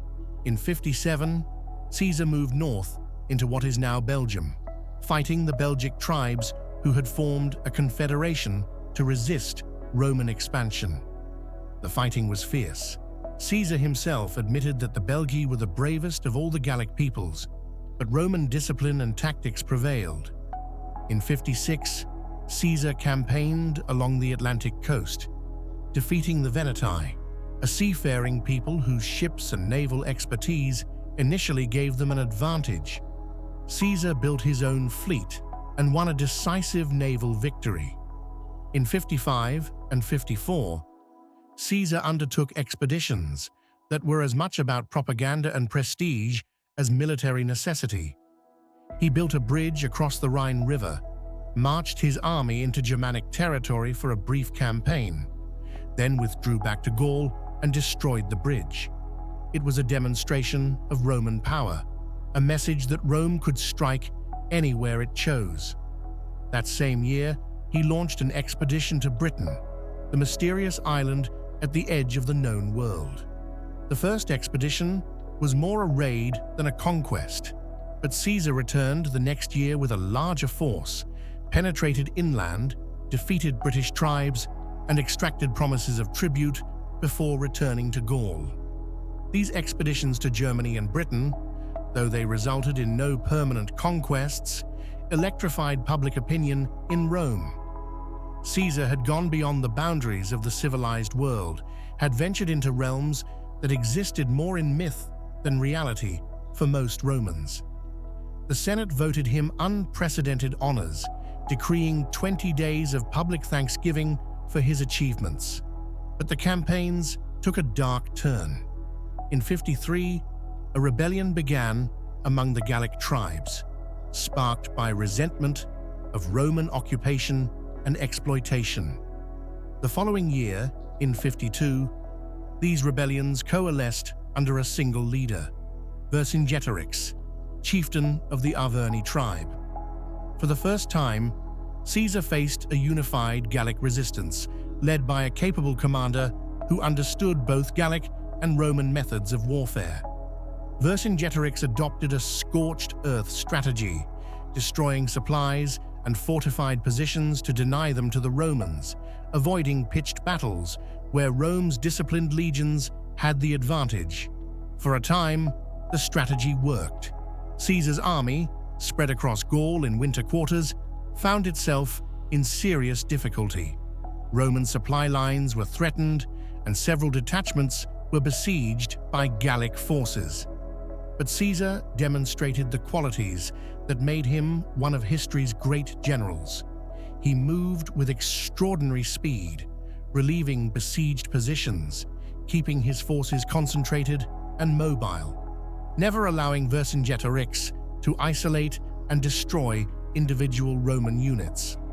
The decisive confrontation came at Alesia, a fortified Gallic town where Vercingetorix had concentrated his forces. Caesar besieged Alesia, building elaborate siege works around the town, walls, ditches, and traps extending for miles.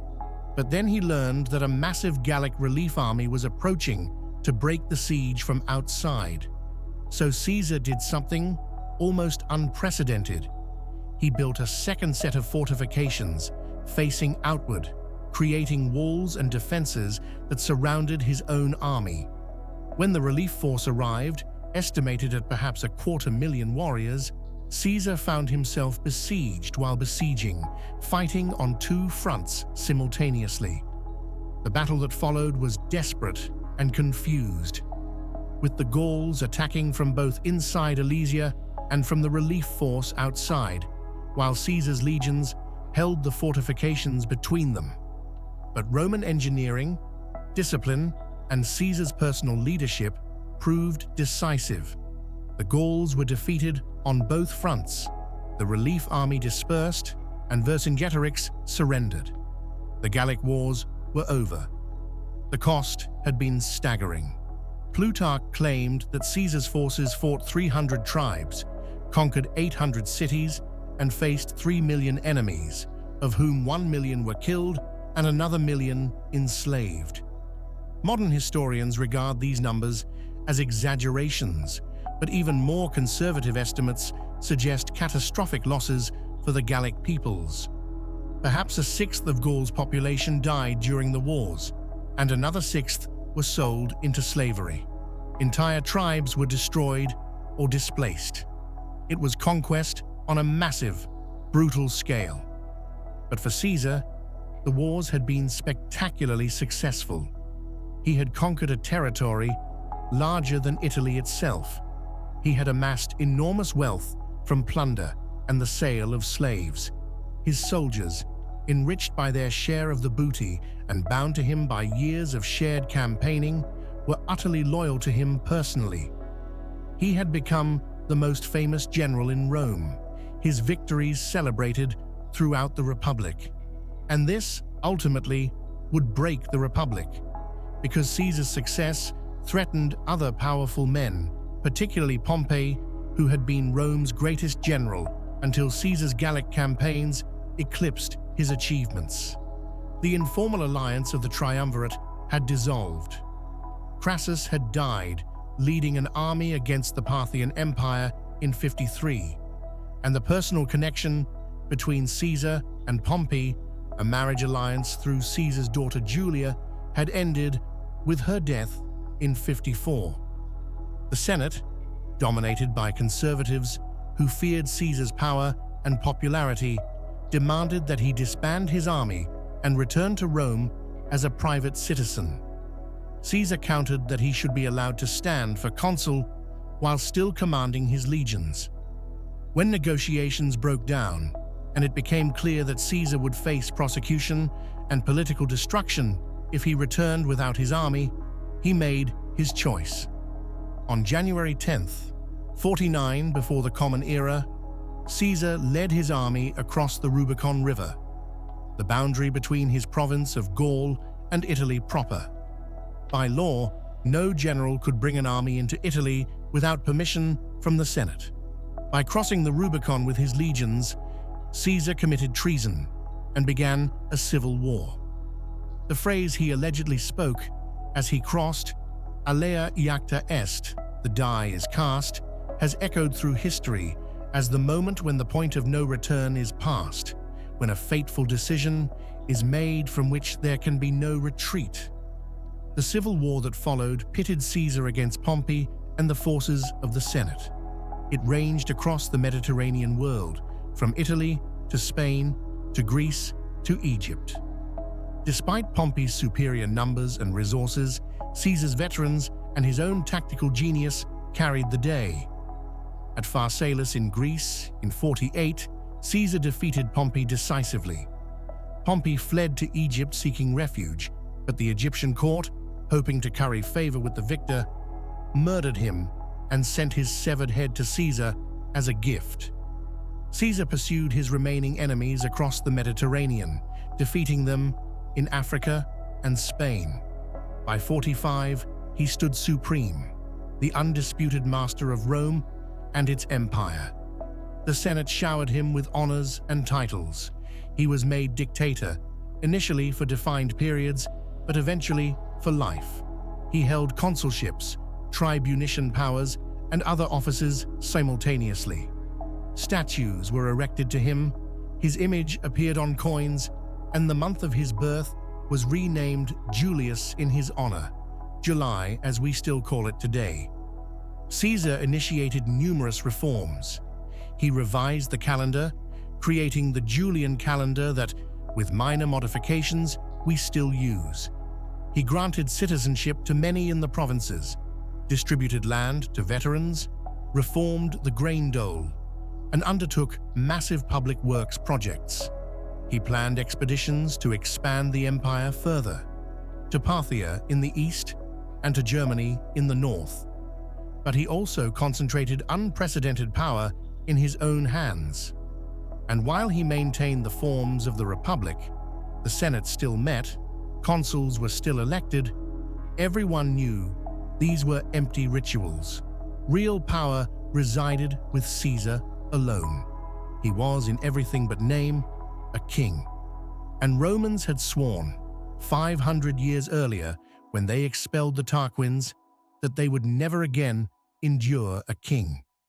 On the Ides of March 15th, in the year 44 before the Common Era, a group of senators, led by Marcus Junius Brutus and Gaius Cassius Longinus, ambushed Caesar as he entered the Senate house. They stabbed him 23 times. Caesar fell at the base of a statue of Pompey, his old rival, bleeding from multiple wounds. Legend says his last words were, "Et tu, Brute?" Even you, Brutus. Though historians doubt he actually said this. He died there in the Senate, murdered by men who claimed they were saving the Republic from tyranny. The assassins had killed Caesar, but they had not saved the Republic. In eliminating the man, they had failed to address the fundamental problems that had enabled Caesar's rise. The concentration of power in military commanders, the disenfranchisement of large portions of the population, the corruption of republican institutions, and the simple reality that the Republic's governmental structure could not effectively manage an empire stretching across the Mediterranean. Caesar's death sparked another round of civil wars. His adopted heir, Octavian, Caesar's 18-year-old great-nephew, allied with Mark Antony, Caesar's lieutenant, and Marcus Lepidus to form the Second Triumvirate. Unlike Caesar's informal alliance with Pompey and Crassus, this was an official position, legally sanctioned, giving the three men dictatorial powers to reorganize the state. Their first act was a proscription, a legalized murder campaign against political enemies. Thousands of senators and equestrians were declared outlaws, their property confiscated, their lives forfeit to anyone who killed them.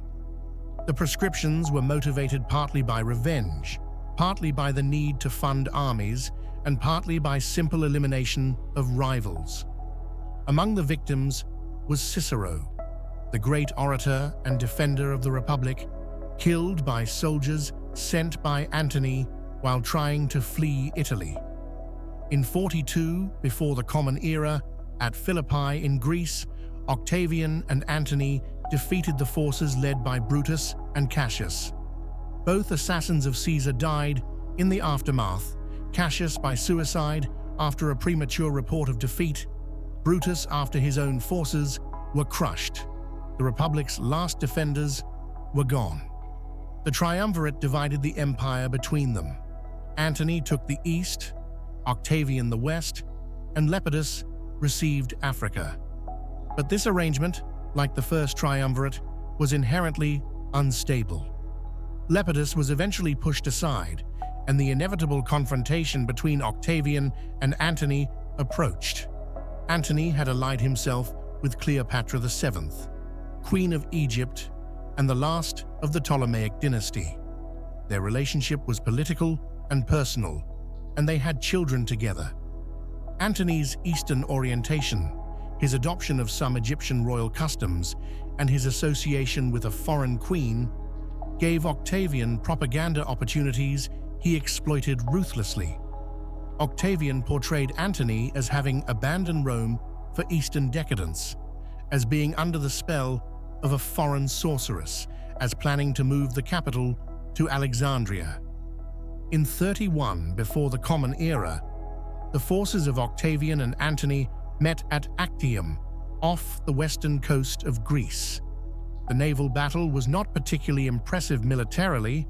Much of Antony's fleet defected or surrendered without serious fighting.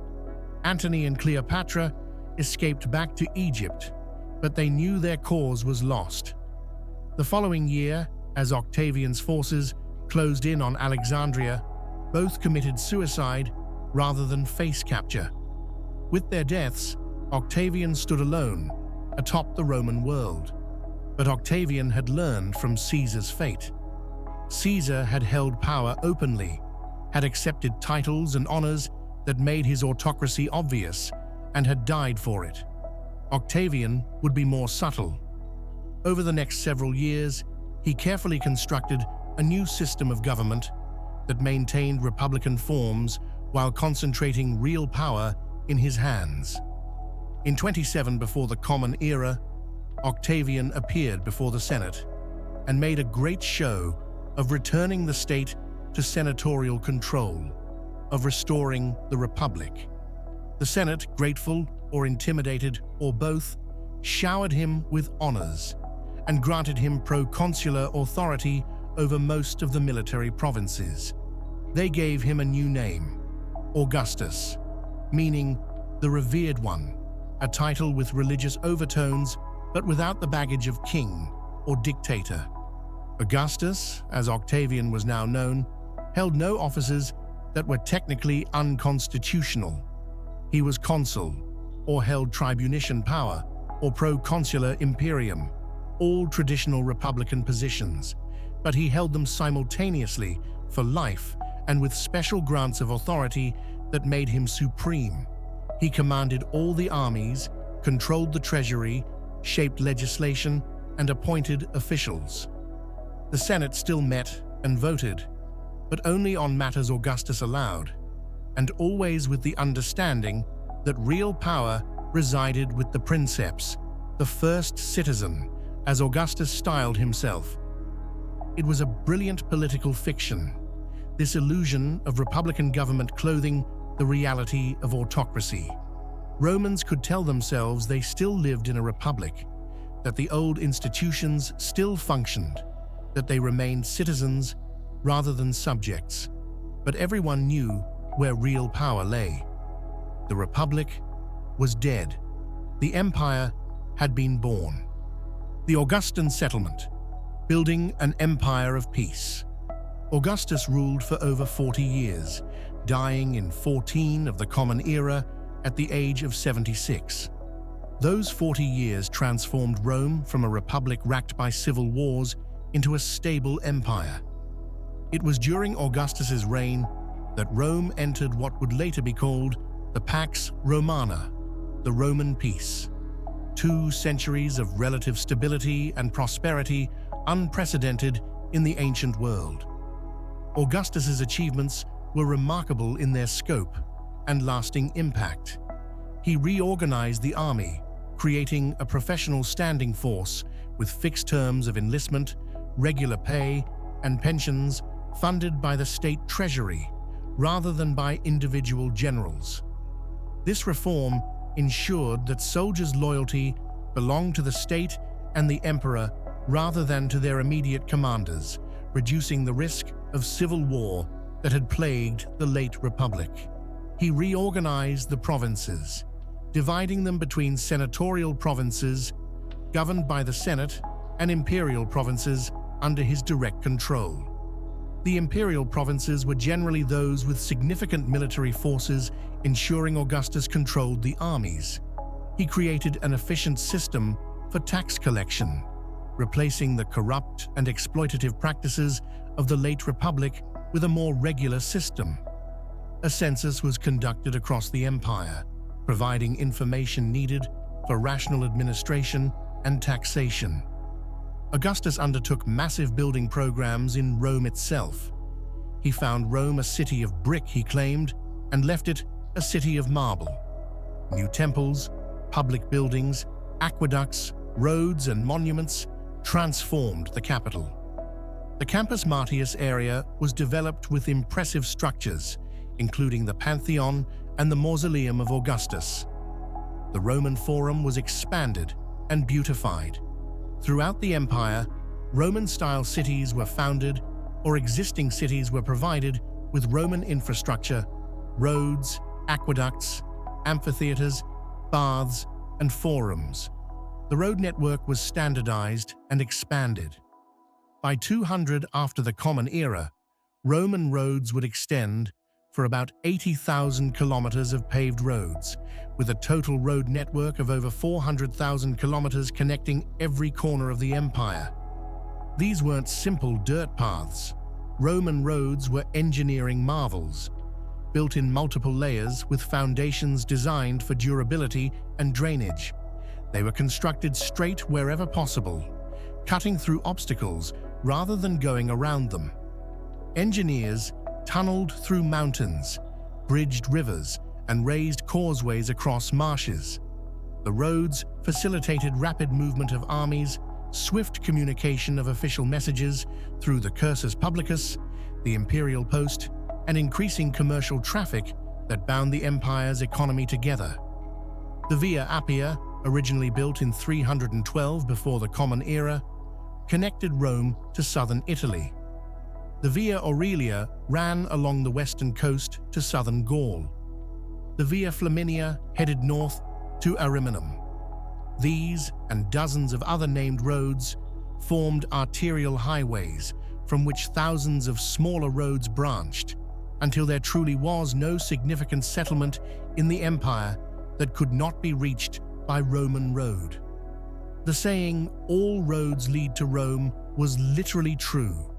All major roads were measured from the golden milestone in the Roman Forum, establishing Rome as the empire's physical and symbolic center. Aqueducts brought water into Roman cities on a scale never before seen. Rome itself was supplied by 11 major aqueducts by the end of the 1st century after the Common Era, bringing roughly 1,000 cubic meters of water into the city each day. This translated to about 1,000 liters per person daily, a per capita water supply comparable to modern cities like New York or contemporary Rome. The water supplied public baths, fountains, public toilets, and, for the wealthy, private homes. These aqueducts were technological and engineering triumphs. They relied entirely on gravity, requiring precise surveying to maintain a steady downward gradient over distances that could exceed 100 kilometers. Some, like the Aqua Marcia, ran mostly underground to protect the water from contamination and reduce evaporation. Others, like the Aqua Claudia, featured spectacular elevated arcades that carried water across valleys. The Pont du Gard in southern France stands as a stunning example, its 3 tiers of arches carrying water 60 meters above the Garden River, maintaining a gradient of just 1 inch of drop per 300 feet over its 30-mile length. The construction techniques involved in these aqueducts demonstrate Roman engineering prowess.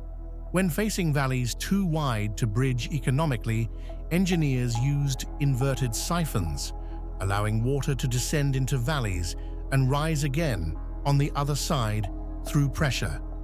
When mountains blocked the path, they dug tunnels, sometimes kilometers long, guided by vertical shafts sunk from above to maintain direction and provide ventilation for workers. Roman concrete, opus caementitium, made many of these achievements possible. Unlike modern concrete, Roman concrete used lime rather than cement as the binding agent, mixed with volcanic ash and aggregate. The volcanic ash, particularly a type found near Puteoli called pozzolana, created concrete that was remarkably durable and could even set underwater, enabling the construction of harbor installations. The Pantheon in Rome, built under Hadrian's reign, features a concrete dome that remains the largest unreinforced concrete dome in the world, nearly 2,000 years after its construction. The Augustan period also saw a flowering of Roman literature and culture. This was the age of Virgil, who wrote the Aeneid, Rome's national epic linking Roman origins to the fall of Troy. Horace composed his odes celebrating Augustus and Roman values. Livy wrote his monumental history of Rome from its founding. Ovid, though eventually exiled by Augustus, produced the Metamorphoses and other works that would influence Western literature for millennia. These writers were supported by wealthy patrons, particularly Gaius Maecenas, whose name became synonymous with cultural patronage. Augustus promoted traditional Roman religious practices and moral values, or at least his version of them. He rebuilt numerous temples, revived ancient priesthoods, and associated his regime with religious piety. He passed laws attempting to encourage marriage and childbearing among the upper classes, to limit adultery, and to regulate social behavior. How effective these laws were is debatable, but they signaled Augustus's intention to present his rule as a return to traditional values after the chaos of the Civil War period. Yet beneath this prosperity and cultural achievement lay the reality of imperial autocracy.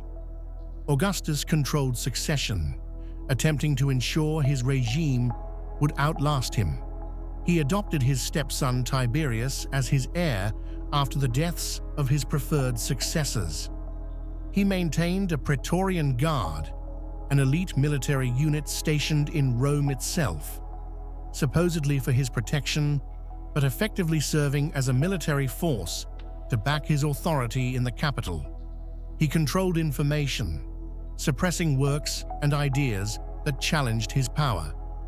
His secret police monitored potential threats. Dissenters were exiled or eliminated. The Pax Romana that Augustus established was not peace in the sense of absence of conflict, but rather peace through dominance. All potential enemies within the empire suppressed or eliminated, borders secured through military might. The legions remained busy on the frontiers, expanding the empire in some regions, defending it in others. In Spain, a long and brutal campaign finally pacified the last independent tribes in the northwest. Along the Rhine and Danube rivers, campaigns pushed Roman control into Germania, though a catastrophic defeat in 9 of the Common Era, when 3 legions were annihilated in the Teutoburg Forest, convinced Augustus to establish the Rhine-Danube line as the empire's permanent northern frontier. In the east, Augustus reached an understanding with the Parthian Empire, Rome's great rival, recovering standards lost when Crassus's army was destroyed decades earlier. In Egypt, now a Roman province, the grain harvest was secured, providing Rome with a reliable food source. In Africa, the territories of the former Carthaginian Empire were organized and expanded. By the time Augustus died in 14 of the Common Era, the Roman Empire encompassed the entire Mediterranean basin and extensive territories beyond. It ruled over perhaps 70 million people, about 1/3 of the world's population. From Britain to Egypt, from Spain to Syria, Roman law, Roman administration, Roman infrastructure, and Roman culture dominated. The imperial system Augustus had created would endure, with various modifications and crises, for another 400 years in the West and nearly 1,500 years in the East. The Julio-Claudian dynasty, heirs to the first emperor. Augustus's death raised a question that would haunt the empire throughout its existence: how to manage succession. Augustus himself had struggled with this, seeing his chosen heirs die before him, eventually settling on his stepson Tiberius. But there was no constitutional mechanism for imperial succession, no law establishing how emperors should be selected. What emerged instead was a system based on adoption, dynastic connection, military backing, and occasionally pure force. Tiberius ruled from 14 to 37 of the Common Era. He was an experienced general and able administrator, but he lacked Augustus's political skills and personal charisma. He was also inherently suspicious, a tendency that worsened as his reign progressed. The early years of his reign were competent, if uninspiring. He consolidated Augustus's gains, avoided unnecessary wars, maintained sound finances, and generally governed responsibly. But Tiberius grew increasingly paranoid about plots against him, real or imagined. The Praetorian prefect Sejanus gained enormous influence over the aging emperor and used it to eliminate rivals through treason trials. When Tiberius learned that Sejanus himself was plotting against him, he had Sejanus and his supporters executed. In his final years, Tiberius withdrew to his villa on the island of Capri, ruling from self-imposed isolation, while treason trials eliminated dozens of senators and equestrians in Rome. Despite his personal failings, Tiberius left the empire financially strong, the frontiers secure, and administration functioning effectively. But he was widely hated, and his death was greeted with relief and celebration in Rome. His successor was his great-nephew Gaius, better known by his nickname Caligula, meaning little boot, earned in childhood when he wore miniature military boots while accompanying his father on campaign. Caligula began his reign in 37 with great public enthusiasm. He was the son of the beloved general Germanicus, young and handsome, and his early months showed promise with generous gifts to the army and people, spectacular games, and a general amnesty for those accused under Tiberius. Then something changed. Whether illness, the intoxication of absolute power, or something else, Caligula's behavior became increasingly erratic and tyrannical. Ancient sources, admittedly hostile, describe a reign of terror and bizarre behavior. He declared himself a god and demanded worship, had his favorite horse declared a consul, engaged in incestuous relationships with his sisters, executed people on whim, and depleted the treasury on extravagant projects and celebrations. Modern historians treat these accounts with skepticism, recognizing that the sources were written by people who hated Caligula and had reason to exaggerate. What seems clear is that Caligula did become increasingly autocratic, abandoned Augustus's pretense of sharing power with the Senate, demanded recognition of his divinity, and eliminated many potential rivals through execution or forced suicide. After less than 4 years in power, members of his own Praetorian Guard murdered him in 41 of the Common Era. The Praetorians then elevated Claudius, Caligula's uncle, to the throne.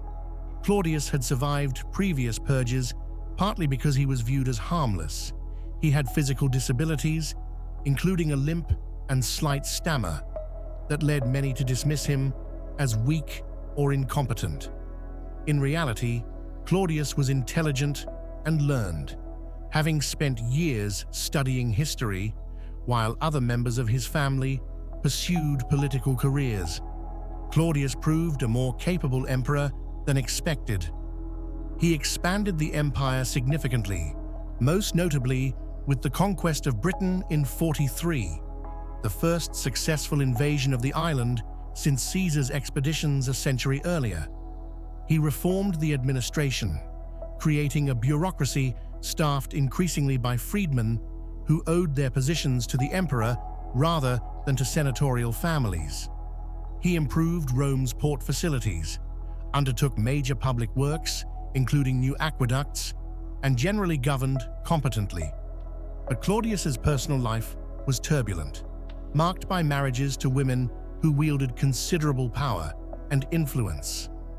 His final wife was his niece Agrippina the Younger, who convinced him to adopt her son from a previous marriage. That son was Nero, who became emperor in 54 after Claudius died, possibly poisoned by Agrippina. Nero began his reign well enough. At 17, he was young and initially relied on capable advisors, particularly the senator Burrus and the philosopher Seneca. The first years of his reign, later called the Quinquennium Neronis, saw good governance, reduced taxes, and relative peace. But Nero's interests lay elsewhere, in art, music, poetry, and theater. He fancied himself a performer and increasingly spent his time on artistic pursuits rather than administration. As he matured, Nero cast off his advisor's restraint. He murdered his mother Agrippina, who had become interfering and demanding. He killed his wife Octavia, Claudius's daughter, to marry his mistress Poppaea. He executed or forced the suicide of numerous senators and rivals, including eventually his old tutor, Seneca. He devoted public funds to extravagant building projects and artistic competitions. When a great fire destroyed much of Rome in 64, he used the cleared land to build his Golden House, a massive palace complex, fueling rumors that he had started the fire himself. Rumors he deflected by blaming and persecuting Christians, a small religious sect that became convenient scapegoats. Nero's artistic pretensions appalled traditional Romans, particularly senators, who viewed performing in public as beneath an emperor's dignity. His mismanagement and extravagance depleted the treasury. His tendency to execute wealthy individuals and confiscate their property for his projects created widespread fear and resentment. By 68, rebellions erupted in Gaul and Spain. When the Praetorian Guard withdrew their support, Nero found himself abandoned. He fled Rome and committed suicide in June of 68, reportedly saying, "What an artist the world loses in me." With Nero's death, the Julio-Claudian dynasty ended. What followed was the Year of the Four Emperors, a period of civil war as different commanders claimed the throne, each backed by different military forces. Galba, who had led the Spanish rebellion, ruled for 7 months before being killed by the Praetorian Guard. Otho, backed by the Praetorians, lasted 3 months before being defeated by Vitellius, who commanded the legions on the Rhine. Vitellius's reign ended after 8 months, when Vespasian, commanding legions in the east, marched on Rome and seized power. The Flavian dynasty and the height of imperial power. Vespasian's accession in 69 brought stability after the chaos of civil war. Unlike the Julio-Claudians, who could claim descent from Augustus and Julius Caesar, Vespasian came from a relatively modest equestrian family. His legitimacy rested on military backing and his ability to govern effectively rather than on dynastic claims. This set a pattern that would recur throughout imperial history. The military was the ultimate arbiter of power, and successful emperors needed to maintain the legion's loyalty. Vespasian restored order and replenished the treasury through careful financial management and increased taxation.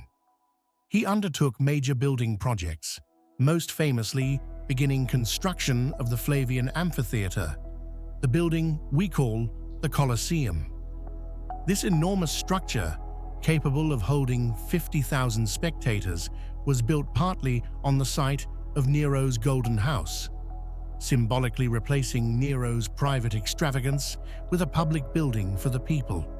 When it was completed under Vespasian's son Titus, the Colosseum became the site of gladiatorial games, animal hunts, mock naval battles, and public spectacles that continued for centuries. Vespasian reigned for 10 years, dying peacefully in 79.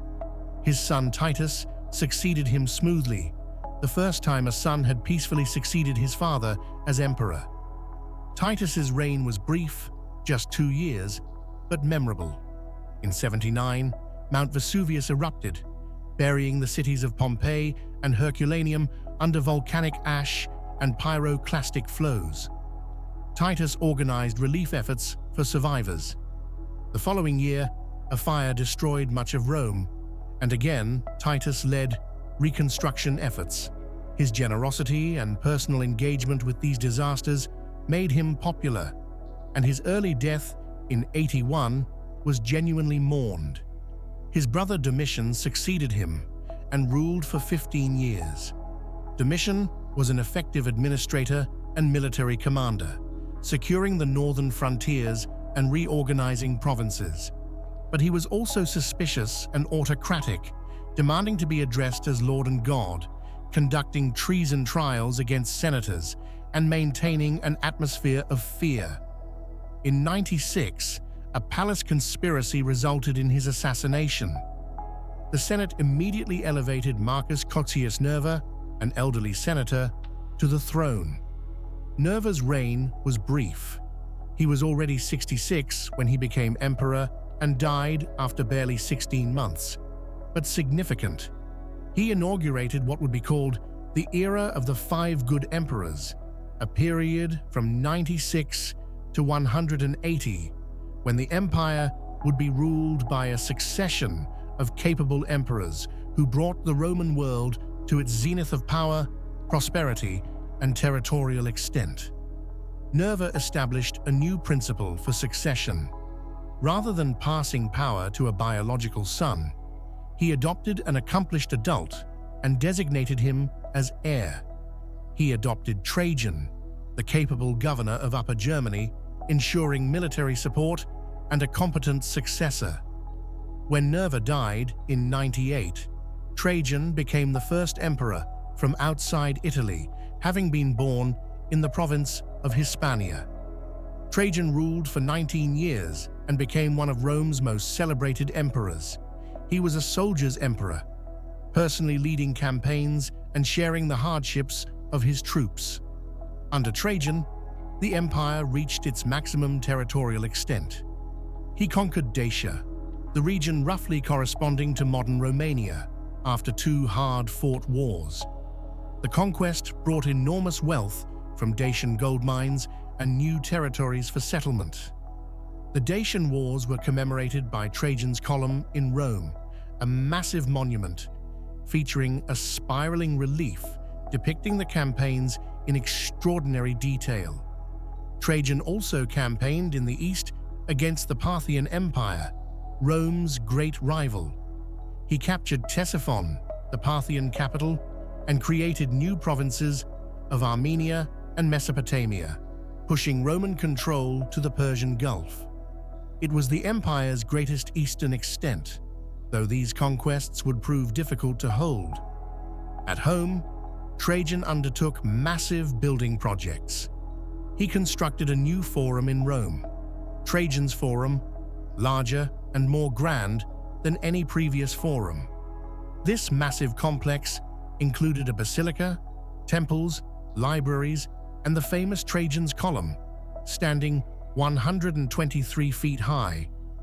The column was decorated with a continuous spiral frieze that, if unwound, would stretch nearly 650 feet, depicting scenes from the Dacian Wars in extraordinary detail. Over 2,500 individual figures carved in relief, showing the Roman army in action, from river crossings to sieges to pitched battles. Trajan's reign represented the high water mark of Roman military power and territorial extent. But conquest for its own sake, his successor would argue, was not always wisdom. When Trajan died in 117, still campaigning in the east, power passed to Publius Aelius Hadrianus, Hadrian. Hadrian immediately abandoned Trajan's conquests in Mesopotamia, recognizing them as overextended and indefensible. This decision was controversial, viewed by some as defeatism, but Hadrian understood that the empire had reached its practical limits.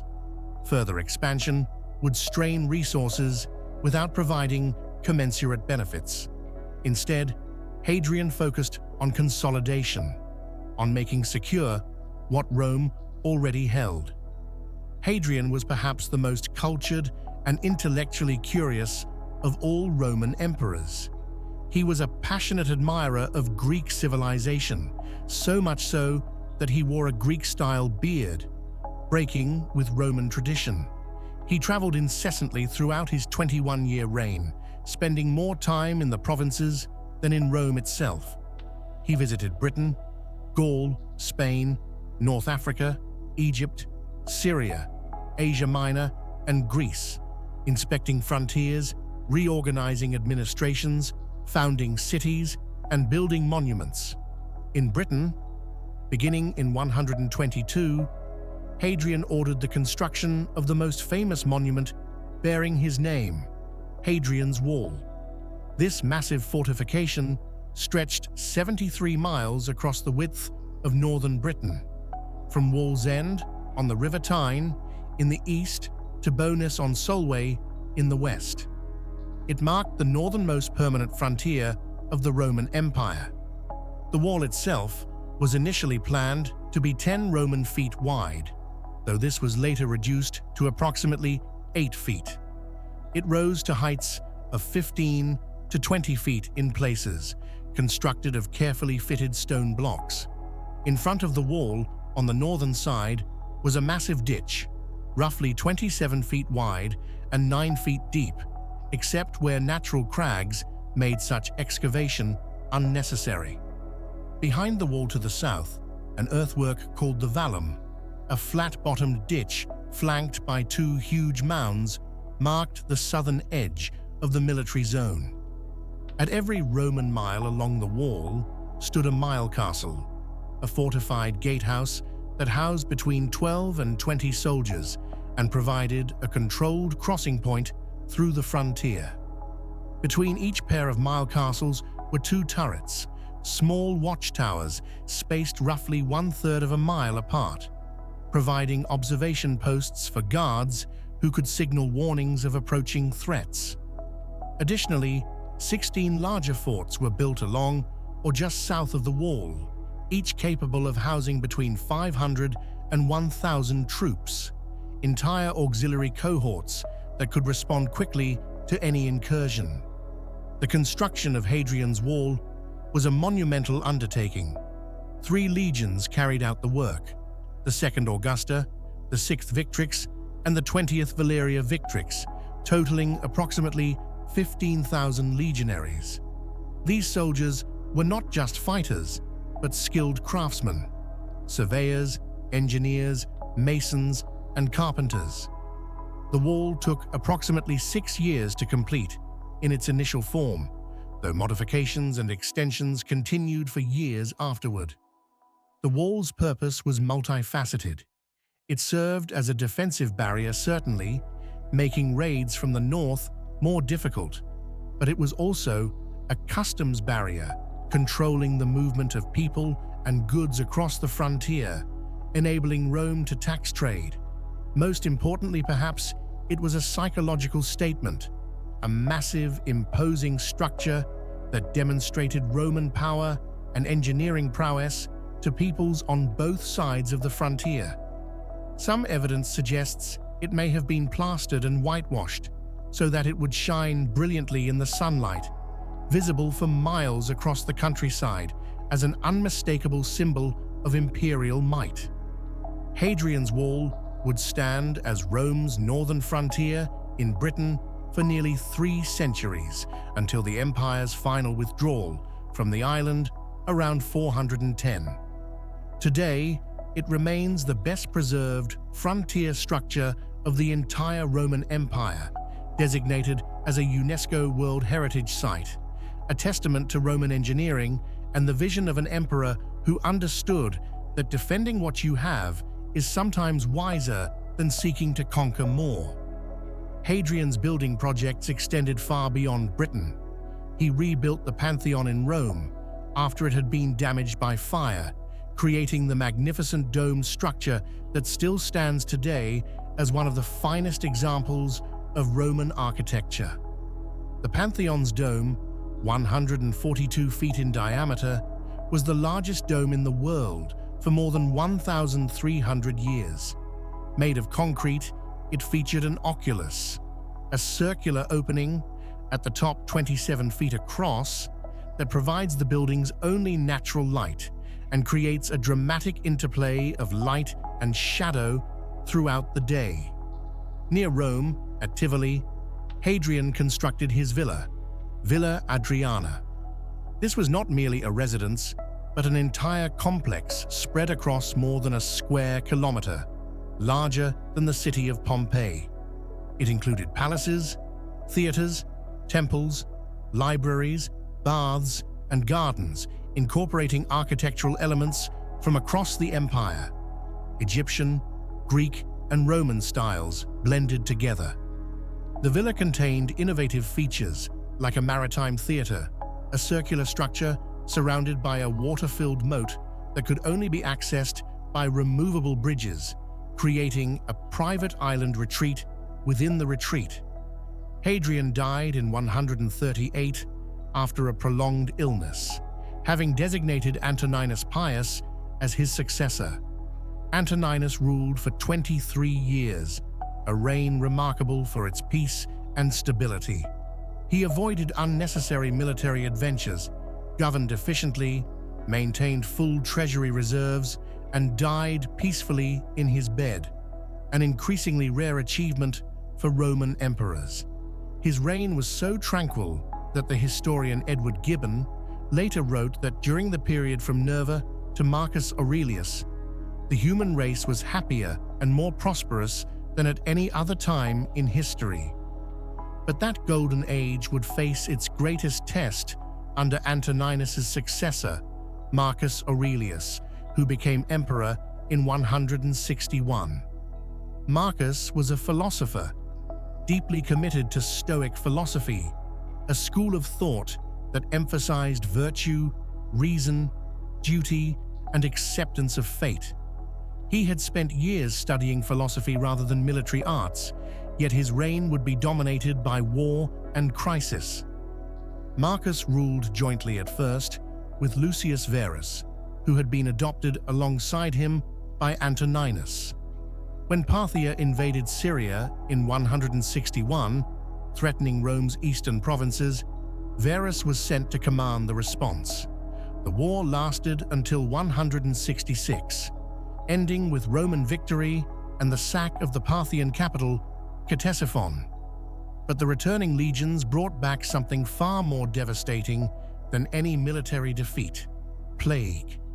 The Antonine Plague, as it came to be called, struck the empire with catastrophic force.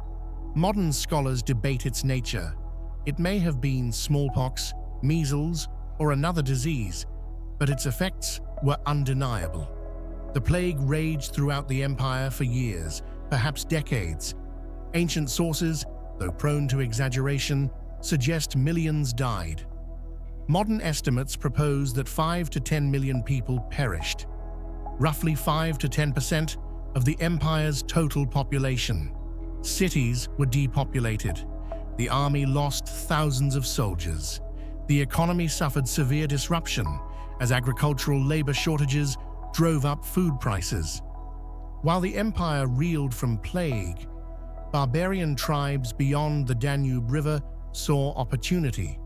Germanic tribes, the Marcomanni, Quadi and others, and Sarmatian peoples invaded across the frontier in 167. They penetrated deep into Roman territory, reaching northern Italy itself, besieging the city of Aquileia. For the first time since the Cimbri and Teutones 3 centuries earlier, barbarian armies threatened Italy directly.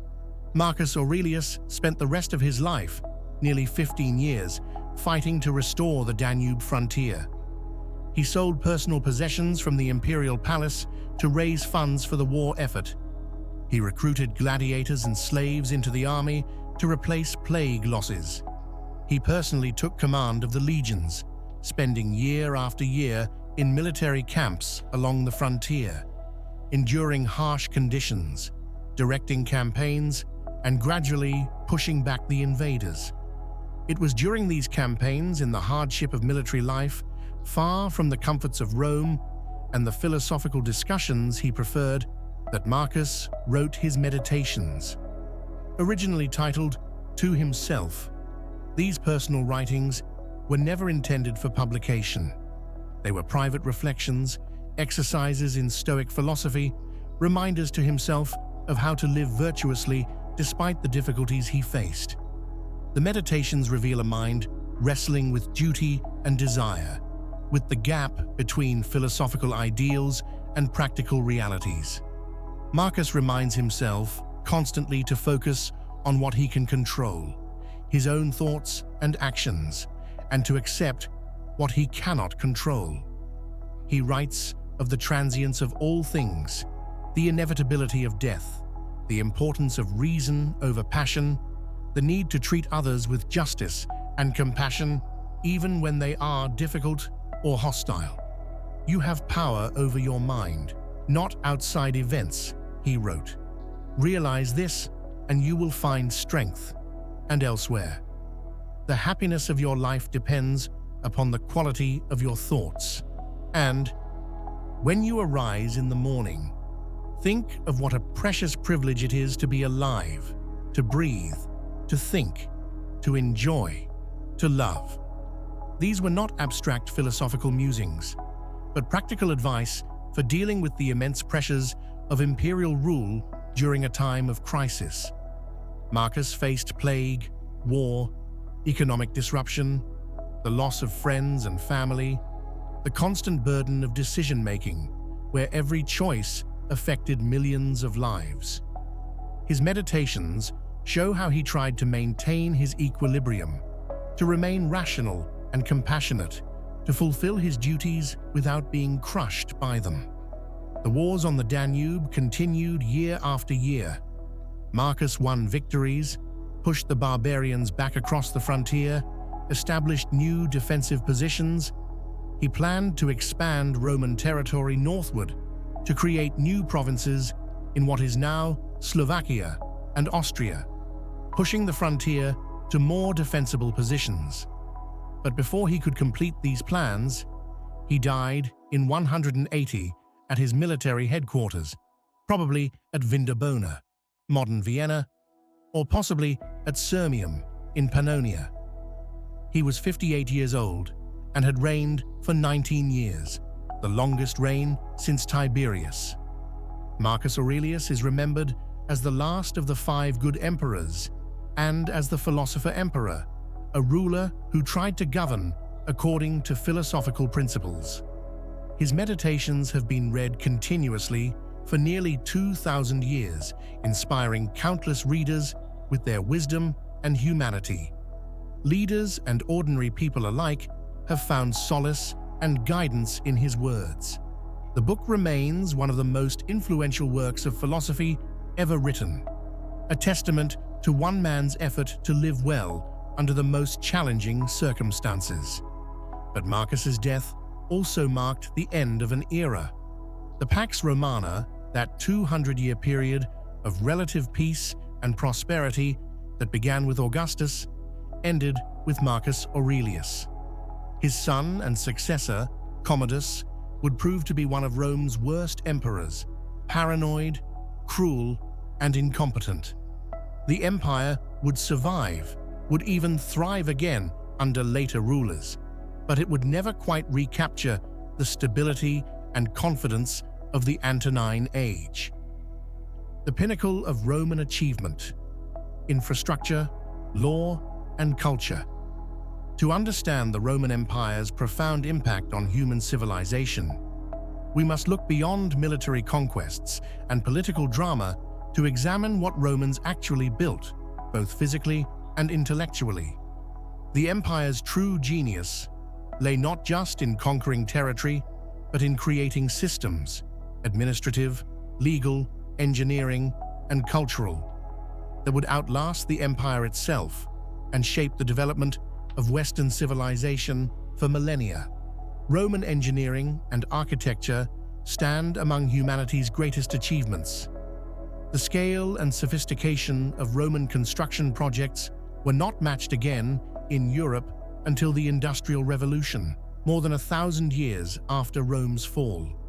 The Romans didn't just build big, they built smart, developing technologies and techniques that solved practical problems while creating structures of enduring beauty.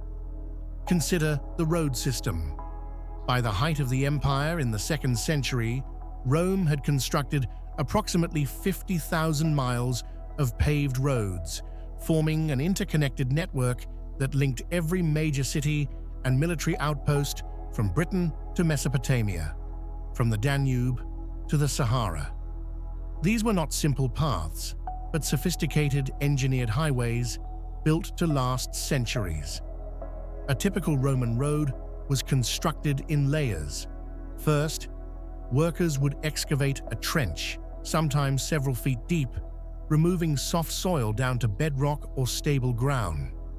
Then, they would lay a foundation of large stones mixed with mortar or clay for binding. Above this went layers of progressively smaller stones, gravel, and sand, each layer carefully compacted. The surface consisted of large, flat paving stones, polygonal blocks fitted so precisely that mortar was often unnecessary. The entire roadbed was typically 3 to 5 feet thick and could bear the weight of heavily laden wagons and marching armies without deteriorating. Roman roads were cambered, slightly higher in the center than at the edges, to facilitate water drainage. Drainage ditches ran along both sides, sometimes connected to underground culverts. Where roads crossed streams or rivers, Romans built bridges, many of which still stand today. The Alcantara Bridge in Spain, built in 106, spans the Tagus River with 6 arches, rising 200 feet above the water. Nearly 2,000 years later, it still carries traffic. The straightness of Roman roads is legendary, and with good reason. Roman surveyors, using tools like the groma, a wooden cross with plumb lines hanging from each arm to establish right angles, and the chorobates, a long straight edge with a level, could establish routes with remarkable precision. When faced with obstacles like hills or mountains, Romans didn't detour around them if they could avoid it. They cut through. Mountain passes were excavated, sometimes requiring years of labor. When they encountered valleys too wide or deep to fill with earth, they built viaducts, elevated roadways carried on arches. The Via Appia, the first of the great Roman roads, was begun in 312 before the Common Era by the censor Appius Claudius Caecus, initially connecting Rome to Capua, about 132 miles to the southeast.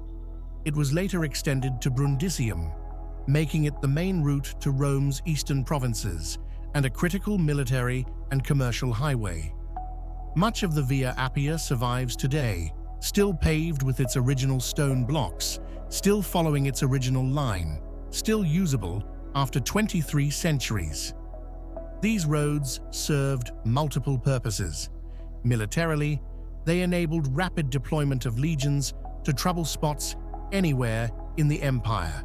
An army could march 20 to 25 miles per day on Roman roads, meaning troops stationed in one province could reach another province hundreds of miles away within weeks. The cursus publicus, the imperial post system, used the roads to deliver official messages at speeds of 50 miles per day, using relay stations where riders could change horses. Commercially, the roads facilitated trade, allowing goods to move efficiently across vast distances, binding the empire's economy together. But roads could only take you so far. Many of Rome's greatest cities were not on roads, but on coasts or rivers.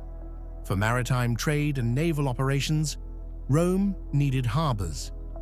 The engineering required for harbor construction in the ancient world was formidable, but Romans mastered it through their development of hydraulic concrete that could set underwater. Roman concrete, opus cementicium, was made by mixing lime, volcanic ash, pozzolana, and aggregate. The volcanic ash was the key ingredient. When mixed with lime and water, it underwent a chemical reaction that caused it to set and harden even when submerged. This discovery enabled Romans to build harbor installations, breakwaters, jetties, and docks on a scale impossible for other ancient civilizations. At Caesarea Maritima in modern Israel, Herod the Great, Rome's client king, constructed an artificial harbor using hydraulic concrete. Wooden frameworks were constructed and filled with concrete, which was then lowered into the water where it set, forming massive breakwaters that protected the harbor from storms.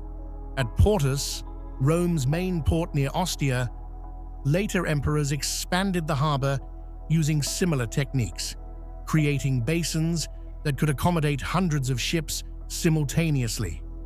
Perhaps even more impressive than roads and harbors were Rome's aqueducts. Water supply was fundamental to Roman urban life. Romans used water lavishly for drinking, cooking, cleaning, industry, and especially for the public baths that were central to Roman social life. A large Roman city might consume 1,000 liters of water per person per day, comparable to modern cities. To supply this water, Romans built aqueducts that brought fresh water from distant sources, springs, rivers, lakes in the mountains, to their cities.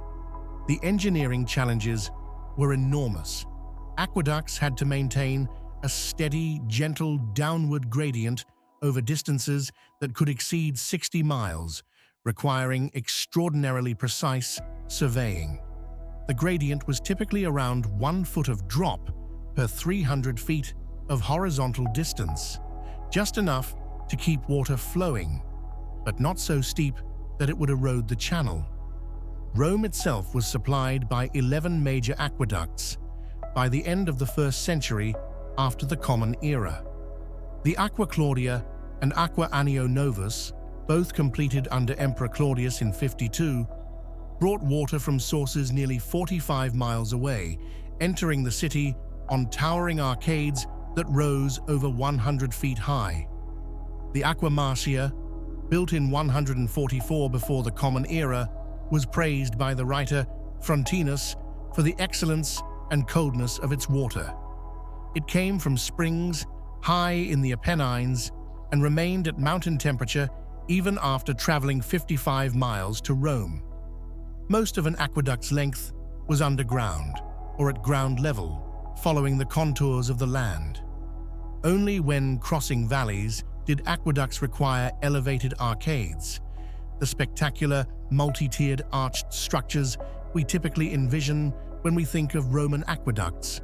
But these arcades, impressive as they are, represent a small fraction of most aqueducts' total length. The Pont du Gard in southern France, one of the best preserved aqueduct bridges, is spectacular, a 3-tier structure standing 160 feet tall, but it represents only 900 feet of the Nimes aqueduct's 31-mile total length. When valleys were too wide or deep for practical bridging, Roman engineers used inverted siphons. The water would descend in sealed pipes into the valley, then rise again on the other side due to hydrostatic pressure, reaching nearly the same height from which it had descended. This technique, though understood theoretically by Greek engineers, was applied on a larger scale and more successfully by Romans. Siphons required pipes that could withstand high water pressure, typically made of lead or stone, carefully jointed and sealed. The water brought by aqueducts flowed into distribution basins within cities, where it was divided among various users. First priority went to public fountains that provided free water to the general population. Second priority went to public baths.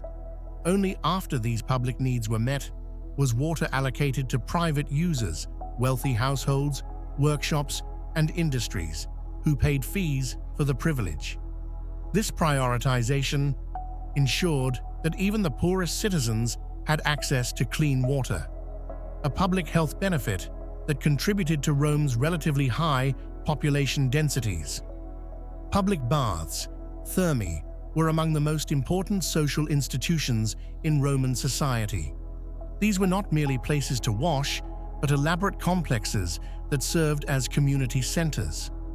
A typical bath complex included multiple rooms: the frigidarium with cold pools, the tepidarium with warm pools, the caldarium with hot pools and steam.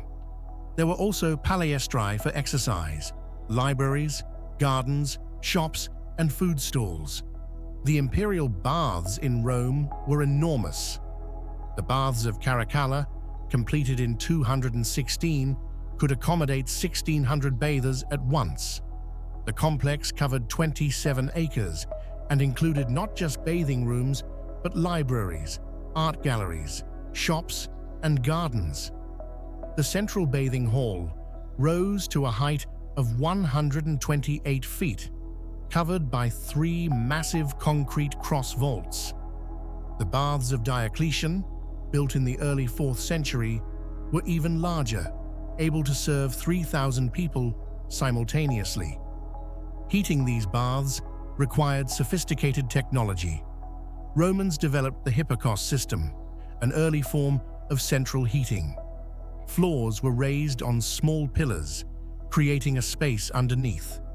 Hot air from furnaces circulated through this space and up through channels in the walls, heating the rooms above. The system was efficient enough to maintain temperatures hot enough to produce steam, while being economical enough to operate in countless public and private buildings throughout the empire. Roman concrete made many of these large-scale structures possible. Unlike modern concrete, which uses cement as a binder, Roman concrete used lime mixed with volcanic ash. The volcanic ash reacted with the lime to form a binder that was incredibly durable and could set underwater. Recent studies have shown that Roman concrete actually gets stronger over time as seawater reacts with the volcanic ash, creating new minerals that reinforce the structure, which explains why many Roman harbor installations remain intact 2,000 years later, while modern concrete structures begin deteriorating after decades. The Pantheon's dome showcases Roman concrete at its most sophisticated. The dome is not uniform in composition. The concrete mix changes as the dome rises, using lighter and lighter aggregate toward the top. Near the base, the aggregate is dense volcanic rock. Higher up, it transitions to lighter pumice and tufa. At the very top, around the oculus, the concrete contains the lightest aggregate and has a honeycomb structure with chambers that further reduce weight. This gradated composition meant the dome could support its own weight without internal reinforcement, a feat unmatched until modern times. Beyond physical infrastructure, Rome's legal system represents perhaps its most enduring intellectual achievement.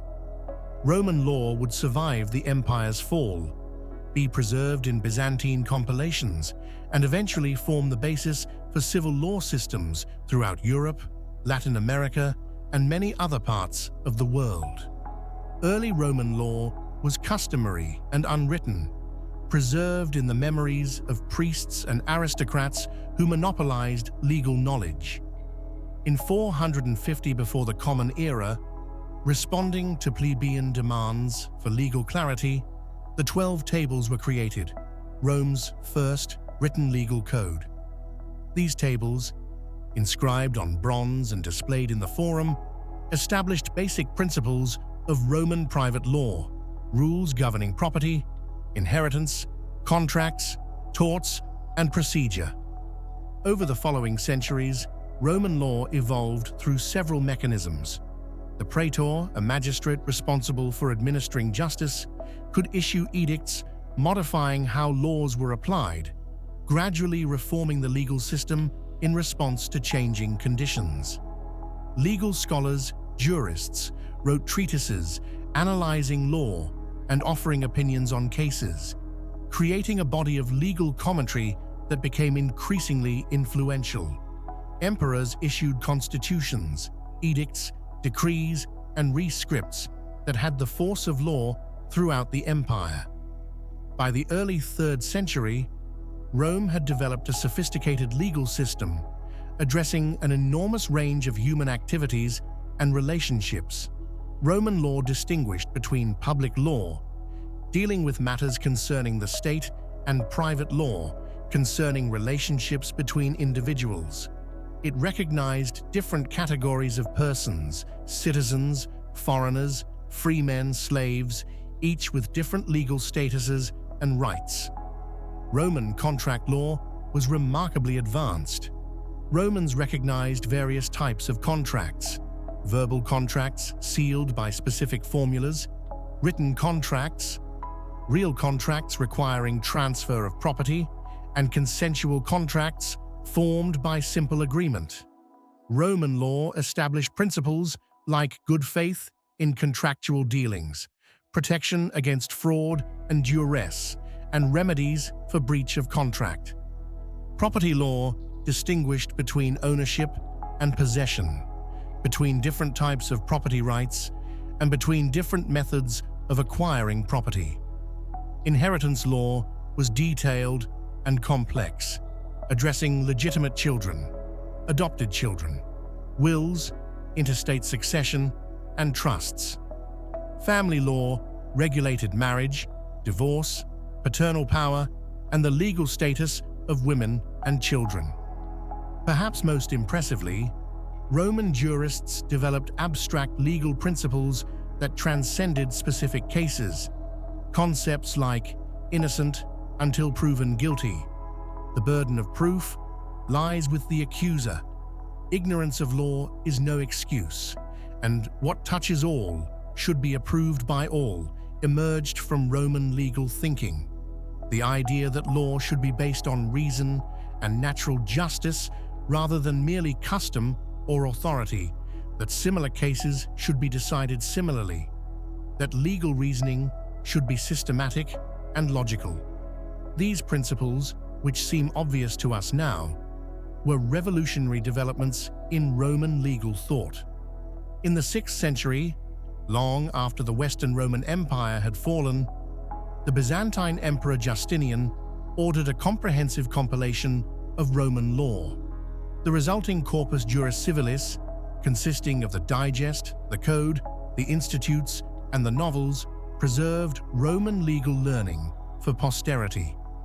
When this compilation was rediscovered in medieval Europe, it sparked a renaissance in legal studies and profoundly influenced the development of European law. Today, the civil law systems of continental Europe, Latin America, and many other regions trace their ancestry directly to Roman law. Roman literature and culture similarly left an enduring mark. Latin became the language of learning, law, and religion throughout medieval and early modern Europe. Even today, scientific nomenclature, legal terminology, and countless English words derive from Latin. Knowledge of Latin was considered essential for educated people in the West until well into the 20th century, and Latin remains an official language of the Catholic Church. The Golden Age of Latin literature occurred during the late Republic and early Empire. Cicero, the great orator and statesman, wrote speeches, philosophical treatises, and letters that became models of Latin prose style. Caesar's commentaries on the Gallic Wars demonstrated how clear, direct prose could convey complex military operations. Virgil's Aeneid created a national epic that defined Roman identity and destiny. Ovid's Metamorphoses collected myths and legends in elegant verse. Horace's odes celebrated Roman values and the pleasures of life with wit and grace. Livy's History of Rome chronicled the city's rise from legendary origins to his own time in a narrative that combined historical detail with moral instruction. Later writers continued this tradition. Tacitus, in the late 1st and early 2nd centuries, wrote histories characterized by psychological insight and moral seriousness. His account of imperial Rome from Tiberius through Domitian depicted the corruption and tyranny that absolute power bred, while his histories covered the civil wars of 69. His Germania, describing the Germanic peoples beyond the frontier, remains one of our most valuable sources for understanding those cultures. Plutarch, though Greek rather than Roman, wrote biographies comparing famous Greeks and Romans, exploring questions of character and leadership that remain relevant today. Pliny the Elder compiled a natural history attempting to catalogue all knowledge about the natural world. A work more valuable for its ambition than its accuracy, but revealing how Romans sought to organize and understand their world. Pliny the Younger's letters provide intimate glimpses of upper-class Roman life and include the only eyewitness account of Mount Vesuvius's eruption in 79. Roman poetry reached extraordinary heights. Lucretius's De Rerum Natura expounded Epicurean philosophy in verse. Catullus wrote passionate love poems. Juvenal's satires skewered Roman society with savage wit. Martial's epigrams combined humor and social commentary in brief, pointed verses. These works were not merely appreciated by educated Romans, but were memorized, quoted, and discussed, forming a common cultural reference point for the empire's elite. Visual arts flourished throughout the empire. Roman sculpture, heavily influenced by Greek models, achieved remarkable realism in portrait busts that captured not just physical features, but personality and character. The historical reliefs on monuments like Trajan's Column and the Ara Pacis combined narrative skill with detailed observation of contemporary life, providing invaluable historical information about Roman military practices, religious ceremonies, and daily activities. Roman painting, known primarily from frescoes preserved at Pompeii and Herculaneum, demonstrated sophisticated techniques including perspective, shading, and the use of light and color to create depth and atmosphere. Mosaics, floors or walls, decorated with tiny colored stones or glass pieces, became increasingly elaborate, depicting scenes from mythology, daily life, gladiatorial contests, and abstract geometric patterns with stunning precision and beauty. Architecture and urban planning represented perhaps Rome's most visible cultural achievements. Roman cities throughout the empire followed similar layouts, with a forum at the center, temples to Roman gods, baths, amphitheaters, theaters, circuses for chariot racing, and residential areas organized in insulae, multi-story apartment buildings. This standardization meant that a Roman citizen could travel from Britain to Syria and find familiar institutions and civic structures, reinforcing a sense of shared identity despite vast geographical and cultural differences. Religion permeated Roman public and private life. The traditional Roman pantheon of gods, Jupiter, Juno, Mars, Venus, and others, was supplemented over time by gods and practices adopted from conquered peoples.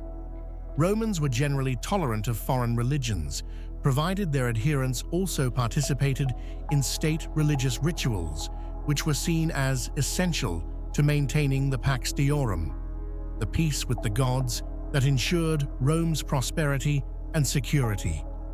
Mystery religions, offering personal salvation and closer relationships with the divine than traditional Roman religion provided, became increasingly popular during the imperial period. The cults of Isis from Egypt, Mithras from Persia, and Cybele from Anatolia attracted numerous followers, particularly among soldiers and lower classes. Christianity, which emerged in the 1st century as a Jewish sect, gradually spread throughout the empire despite periodic persecutions, eventually transforming from persecuted minority to official state religion in the 4th century. The crisis and transformation. 3rd century, chaos and recovery. The death of Marcus Aurelius in 180 marked the end of the Pax Romana.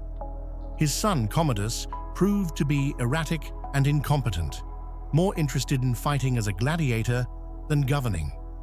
When Commodus was assassinated in 192, another civil war erupted as multiple commanders claimed the throne. Septimius Severus emerged victorious and established a new dynasty. His reign marked a shift in the empire's character. Septimius increased military pay substantially, recognizing that imperial power ultimately rested on the army's loyalty. He expanded the army's size, recruited more soldiers from the provinces rather than from Italy, and appointed more equestrians rather than senators to high positions, reducing the Senate's power. He famously advised his sons, "Enrich the soldiers and scorn all other men." This militarization would have profound consequences. The 3rd century saw the empire descend into chaos as military commanders repeatedly proclaimed themselves emperor, marched on Rome or fought rivals, and ruled briefly before being overthrown or killed. Between 235 and 284, just 49 years, more than 50 men claimed the title of emperor. Most reigned only briefly before being assassinated or defeated in civil wars. This period, known as the crisis of the 3rd century, nearly destroyed the empire. External threats multiplied as barbarian tribes exploited Rome's internal disarray. The Goths, a Germanic people from beyond the Danube, raided deep into imperial territory, sacking cities in Greece and Asia Minor. In 260, they even captured and sacked Athens. Persian forces under the Sassanid dynasty, more aggressive than their Parthian predecessors, invaded Roman territories in the east, capturing Syria and advancing into Anatolia. In 260, the unthinkable happened. A Roman emperor was captured in battle. Valerian, campaigning against the Persians, was defeated and taken prisoner by the Sassanid king Shapur I. Valerian died in captivity, and according to some accounts, his body was stuffed and displayed as a trophy. No Roman emperor had suffered such humiliation since Crassus's defeat 2 centuries earlier. The empire fragmented. In the west, a series of usurpers established the Gallic Empire, controlling Gaul, Britain, and Spain for 15 years. In the east, the city of Palmyra under Queen Zenobia broke away, conquering Syria, Egypt, and parts of Asia Minor. At one point, the legitimate central government controlled only Italy and parts of the Balkans. The economy collapsed under the strain of constant warfare.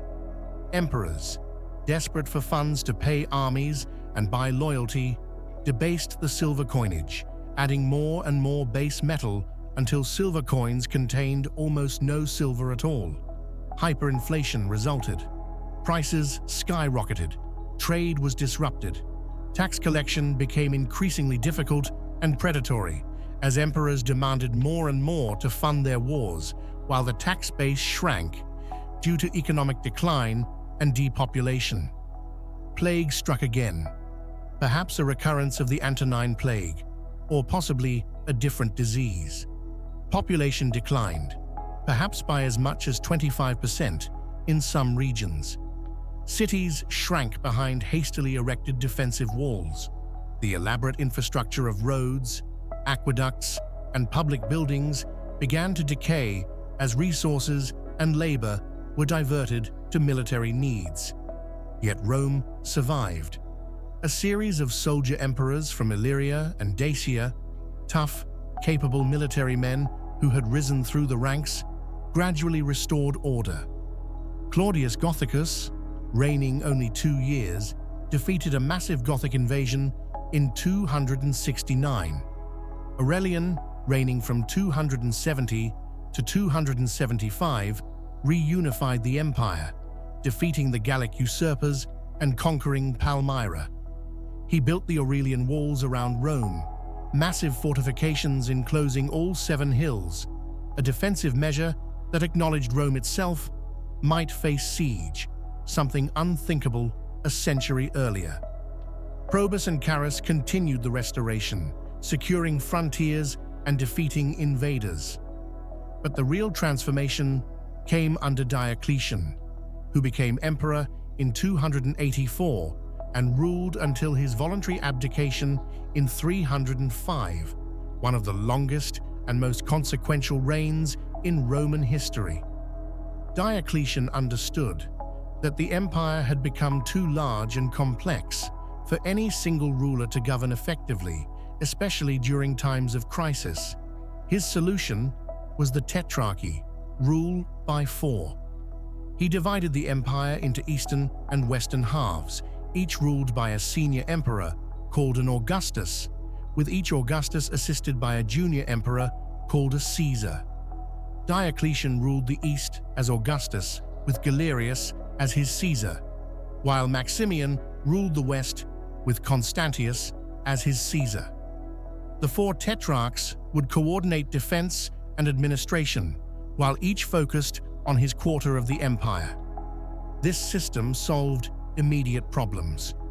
Rulers could respond quickly to threats without traveling across the entire empire.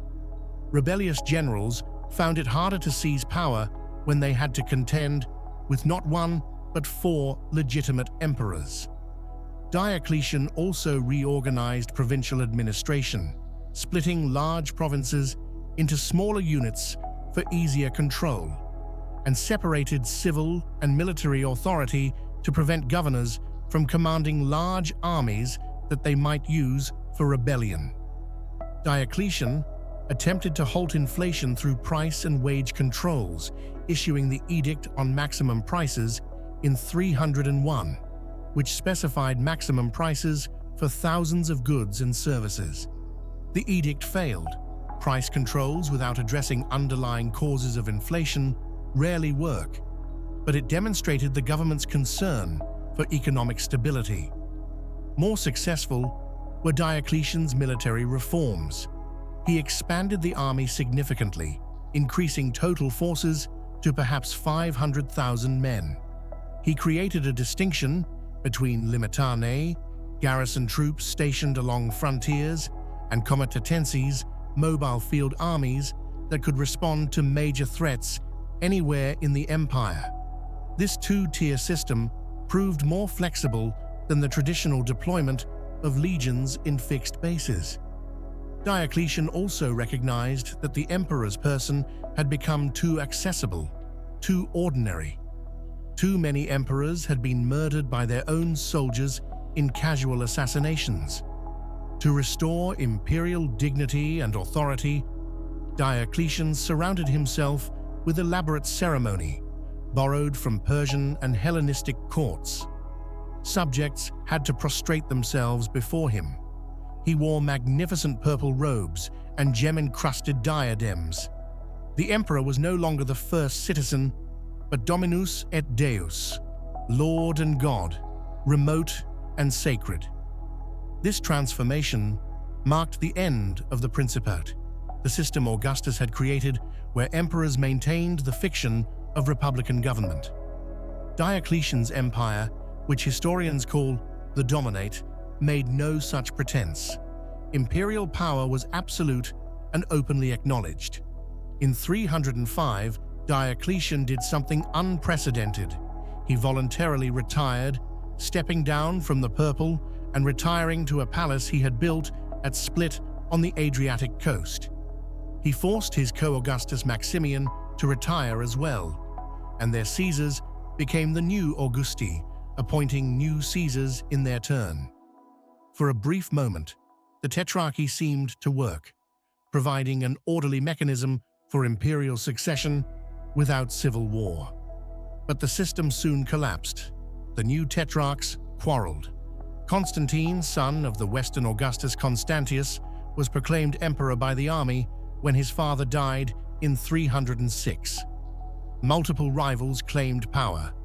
Another round of civil wars erupted, lasting until 324, when Constantine emerged as sole ruler of a reunified empire. Constantine's reign would mark another watershed in Roman history. In 313, he issued the Edict of Milan, granting religious tolerance throughout the empire and ending persecution of Christians. Constantine himself converted to Christianity, though the exact nature and timing of his conversion remain subjects of historical debate. He famously claimed to have seen a vision of a cross in the sky before the Battle of the Milvian Bridge in 312, along with words, "In this sign, conquer." Whether the vision was real, symbolic, or invented after the fact, Constantine's patronage of Christianity transformed both the religion and the empire. Constantine built churches, granted privileges to clergy, involved himself in theological disputes, and generally supported Christianity's growth from persecuted minority to favored religion. By the end of the 4th century, under Theodosius I, Christianity would become the empire's official religion, and pagan practices would be prohibited, a complete reversal from centuries of Roman religious policy. Constantine also founded a new capital.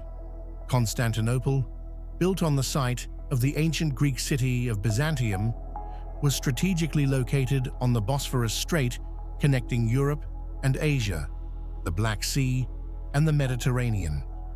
Dedicated in 330, Constantinople would become the empire's eastern capital, eventually surpassing Rome itself in importance. The city's massive walls, expanded and strengthened over the following century, made it nearly impregnable and ensured its survival for more than 1,000 years after the Western Empire collapsed. The 4th century saw the empire divided again, this time permanently. After Constantine's death in 337, the empire was ruled sometimes by a single emperor, sometimes by multiple emperors dividing the realm. But increasingly, East and West developed separate identities, administrations, and concerns. The prosperous, urbanized, Greek-speaking East had more in common with its Hellenistic past than with the Latin West. The West, facing more intense barbarian pressure and with a smaller economic base, struggled more than the East to maintain Roman traditions and power. The late 4th century brought renewed military pressures. The Huns, a nomadic people from the Eurasian steppes, swept westward, displacing Germanic tribes that had lived beyond the Danube and Rhine. These Germanic peoples, Visigoths, Ostrogoths, Vandals, Burgundians, and others, sought refuge within the empire, sometimes peacefully as Federate allies, sometimes forcibly as invaders. In 378, Visigothic warriors defeated and killed the Eastern Emperor Valens at the Battle of Adrianople. A Roman field army was destroyed, and barbarian troops were now inside imperial borders in large numbers. The new emperor, Theodosius I, negotiated a settlement allowing the Visigoths to settle within the empire as federates, allied peoples maintaining their own identity and leadership but theoretically serving Rome. This pattern would repeat throughout the 5th century in the West. Barbarian groups, some fleeing Hun aggression, others seeking the empire's wealth, crossed the frontiers in increasing numbers. Roman authorities, lacking the military strength to expel them and desperate for soldiers, often granted them land and federate status in exchange for military service. But this policy gradually transformed the Western Empire's character. Barbarian generals commanded Roman armies. Barbarian tribes settled in Roman provinces, maintaining their own laws and leaders. The distinction between Roman and barbarian became increasingly blurred. In 410, the unthinkable happened. Rome itself was sacked. Alaric, leading the Visigoths, besieged the Eternal City, and when negotiations failed, his warriors broke through the gates. For 3 days, they plundered Rome.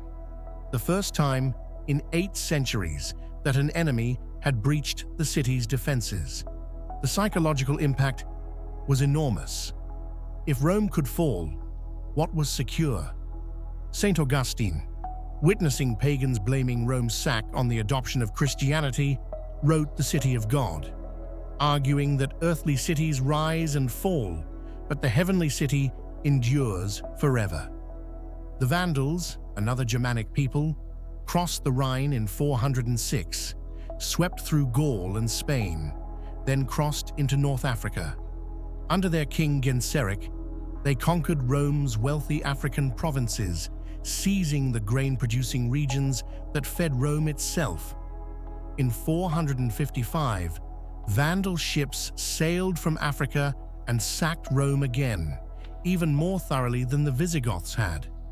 The term vandalism would eventually derive from this people, though recent scholarship suggests they were no more destructive than other groups of the period. Britain was abandoned first. In the early 5th century, Roman legions withdrew from the island to defend more crucial territories, leaving Romano-British populations to defend themselves against Saxon raiders.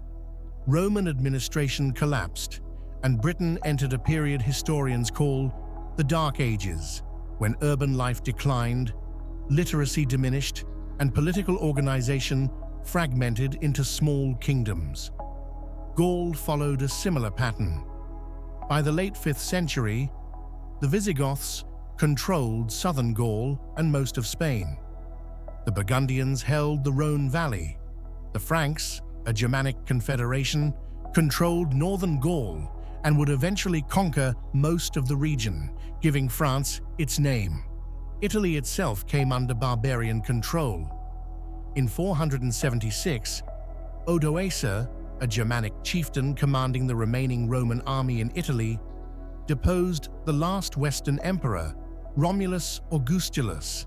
This date, 476, is traditionally considered the fall of the Western Roman Empire, though the reality was less dramatic than that sounds. Romulus was a usurper, not widely recognized. The Eastern Emperor, Zeno, still claimed authority over all Roman territories, and Rome's fall was not a sudden collapse, but rather the culmination of a long process of transformation. Odoacer ruled Italy as king, though he claimed to govern as the Eastern Emperor's representative.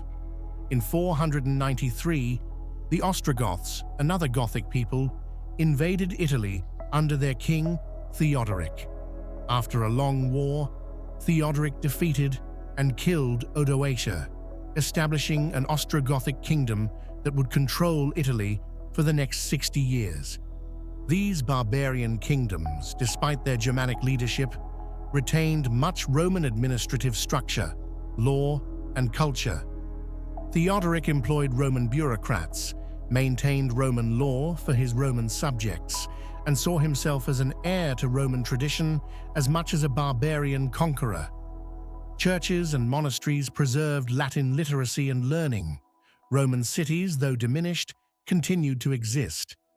Roman aristocrats adapted to new realities, sometimes serving barbarian kings as they had served emperors.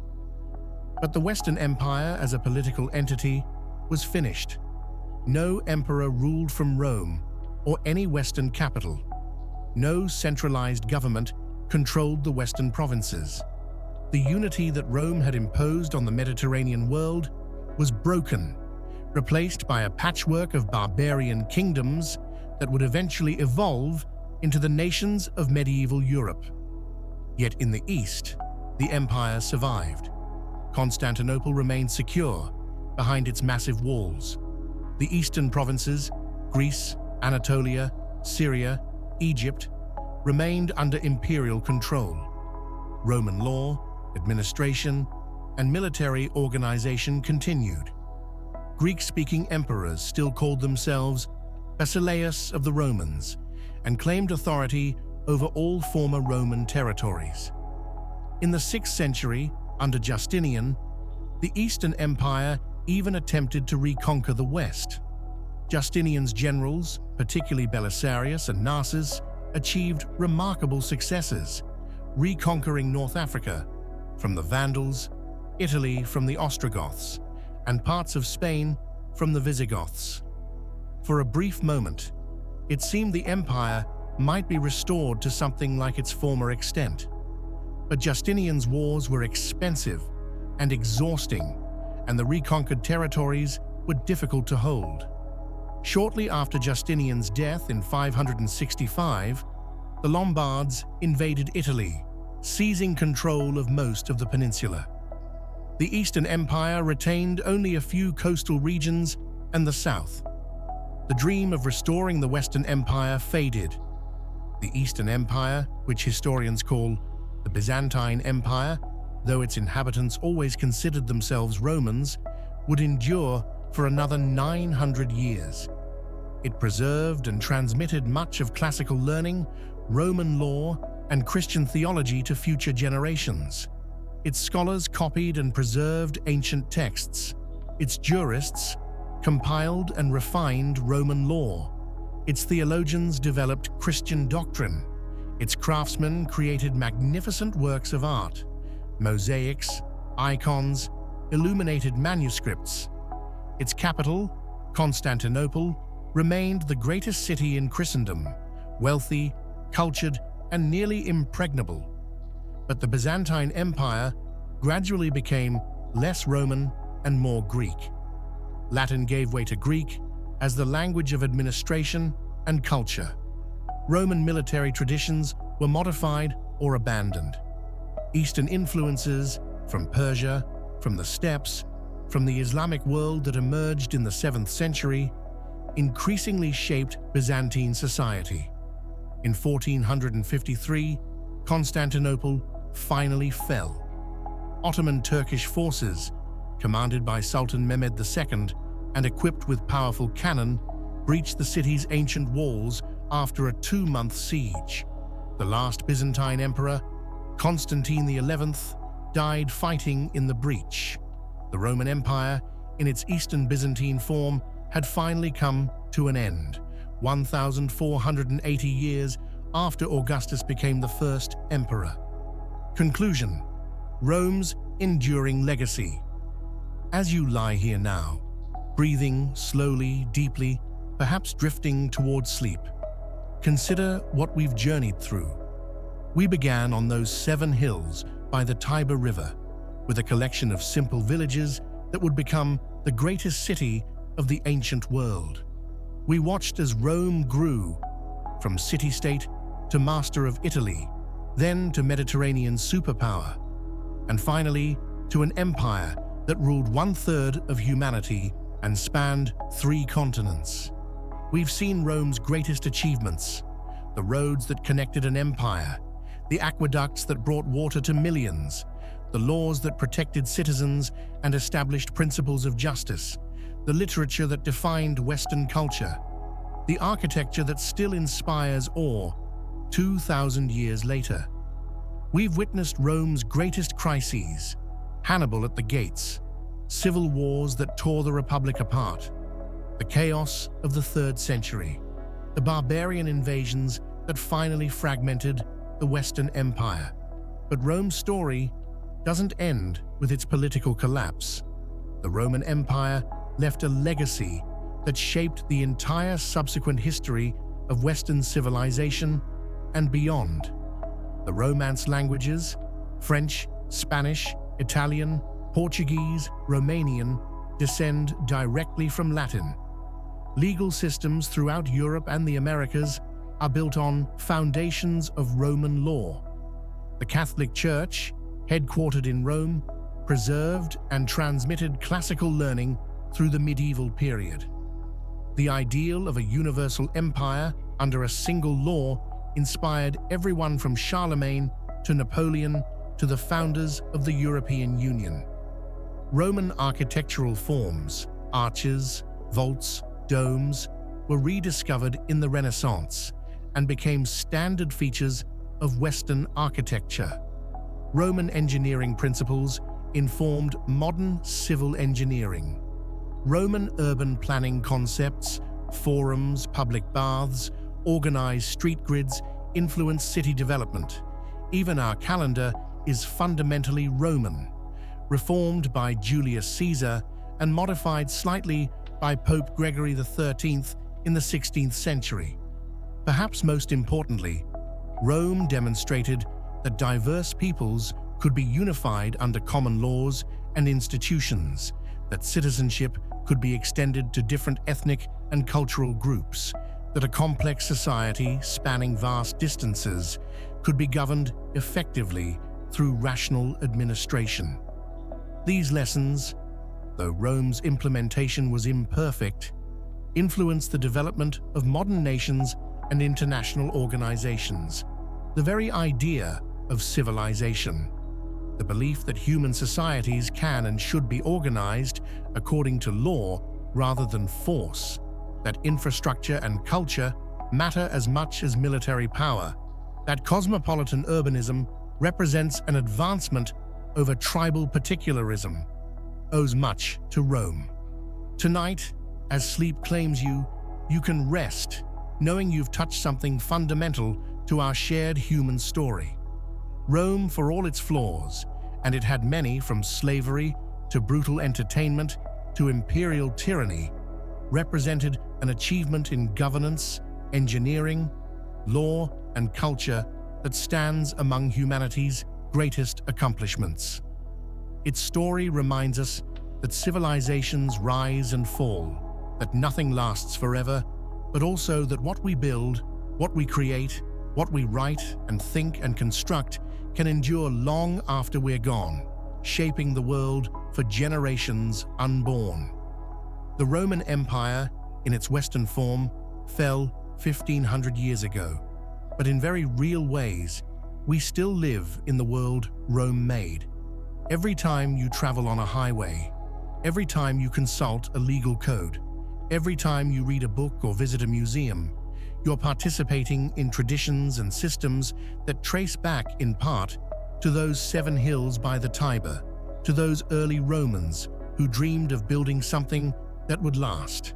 And last it did, for over 1,000 years, as a political entity, and for 2,000 years, and counting, as a cultural and intellectual force that continues to shape our world.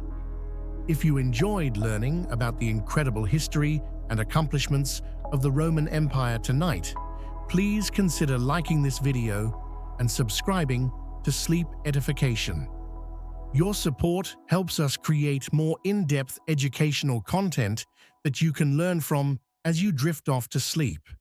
Share this video with anyone who appreciates history and let us know in the comments what other topics you'd like us to explore in future episodes. Until next time, sleep well and keep learning.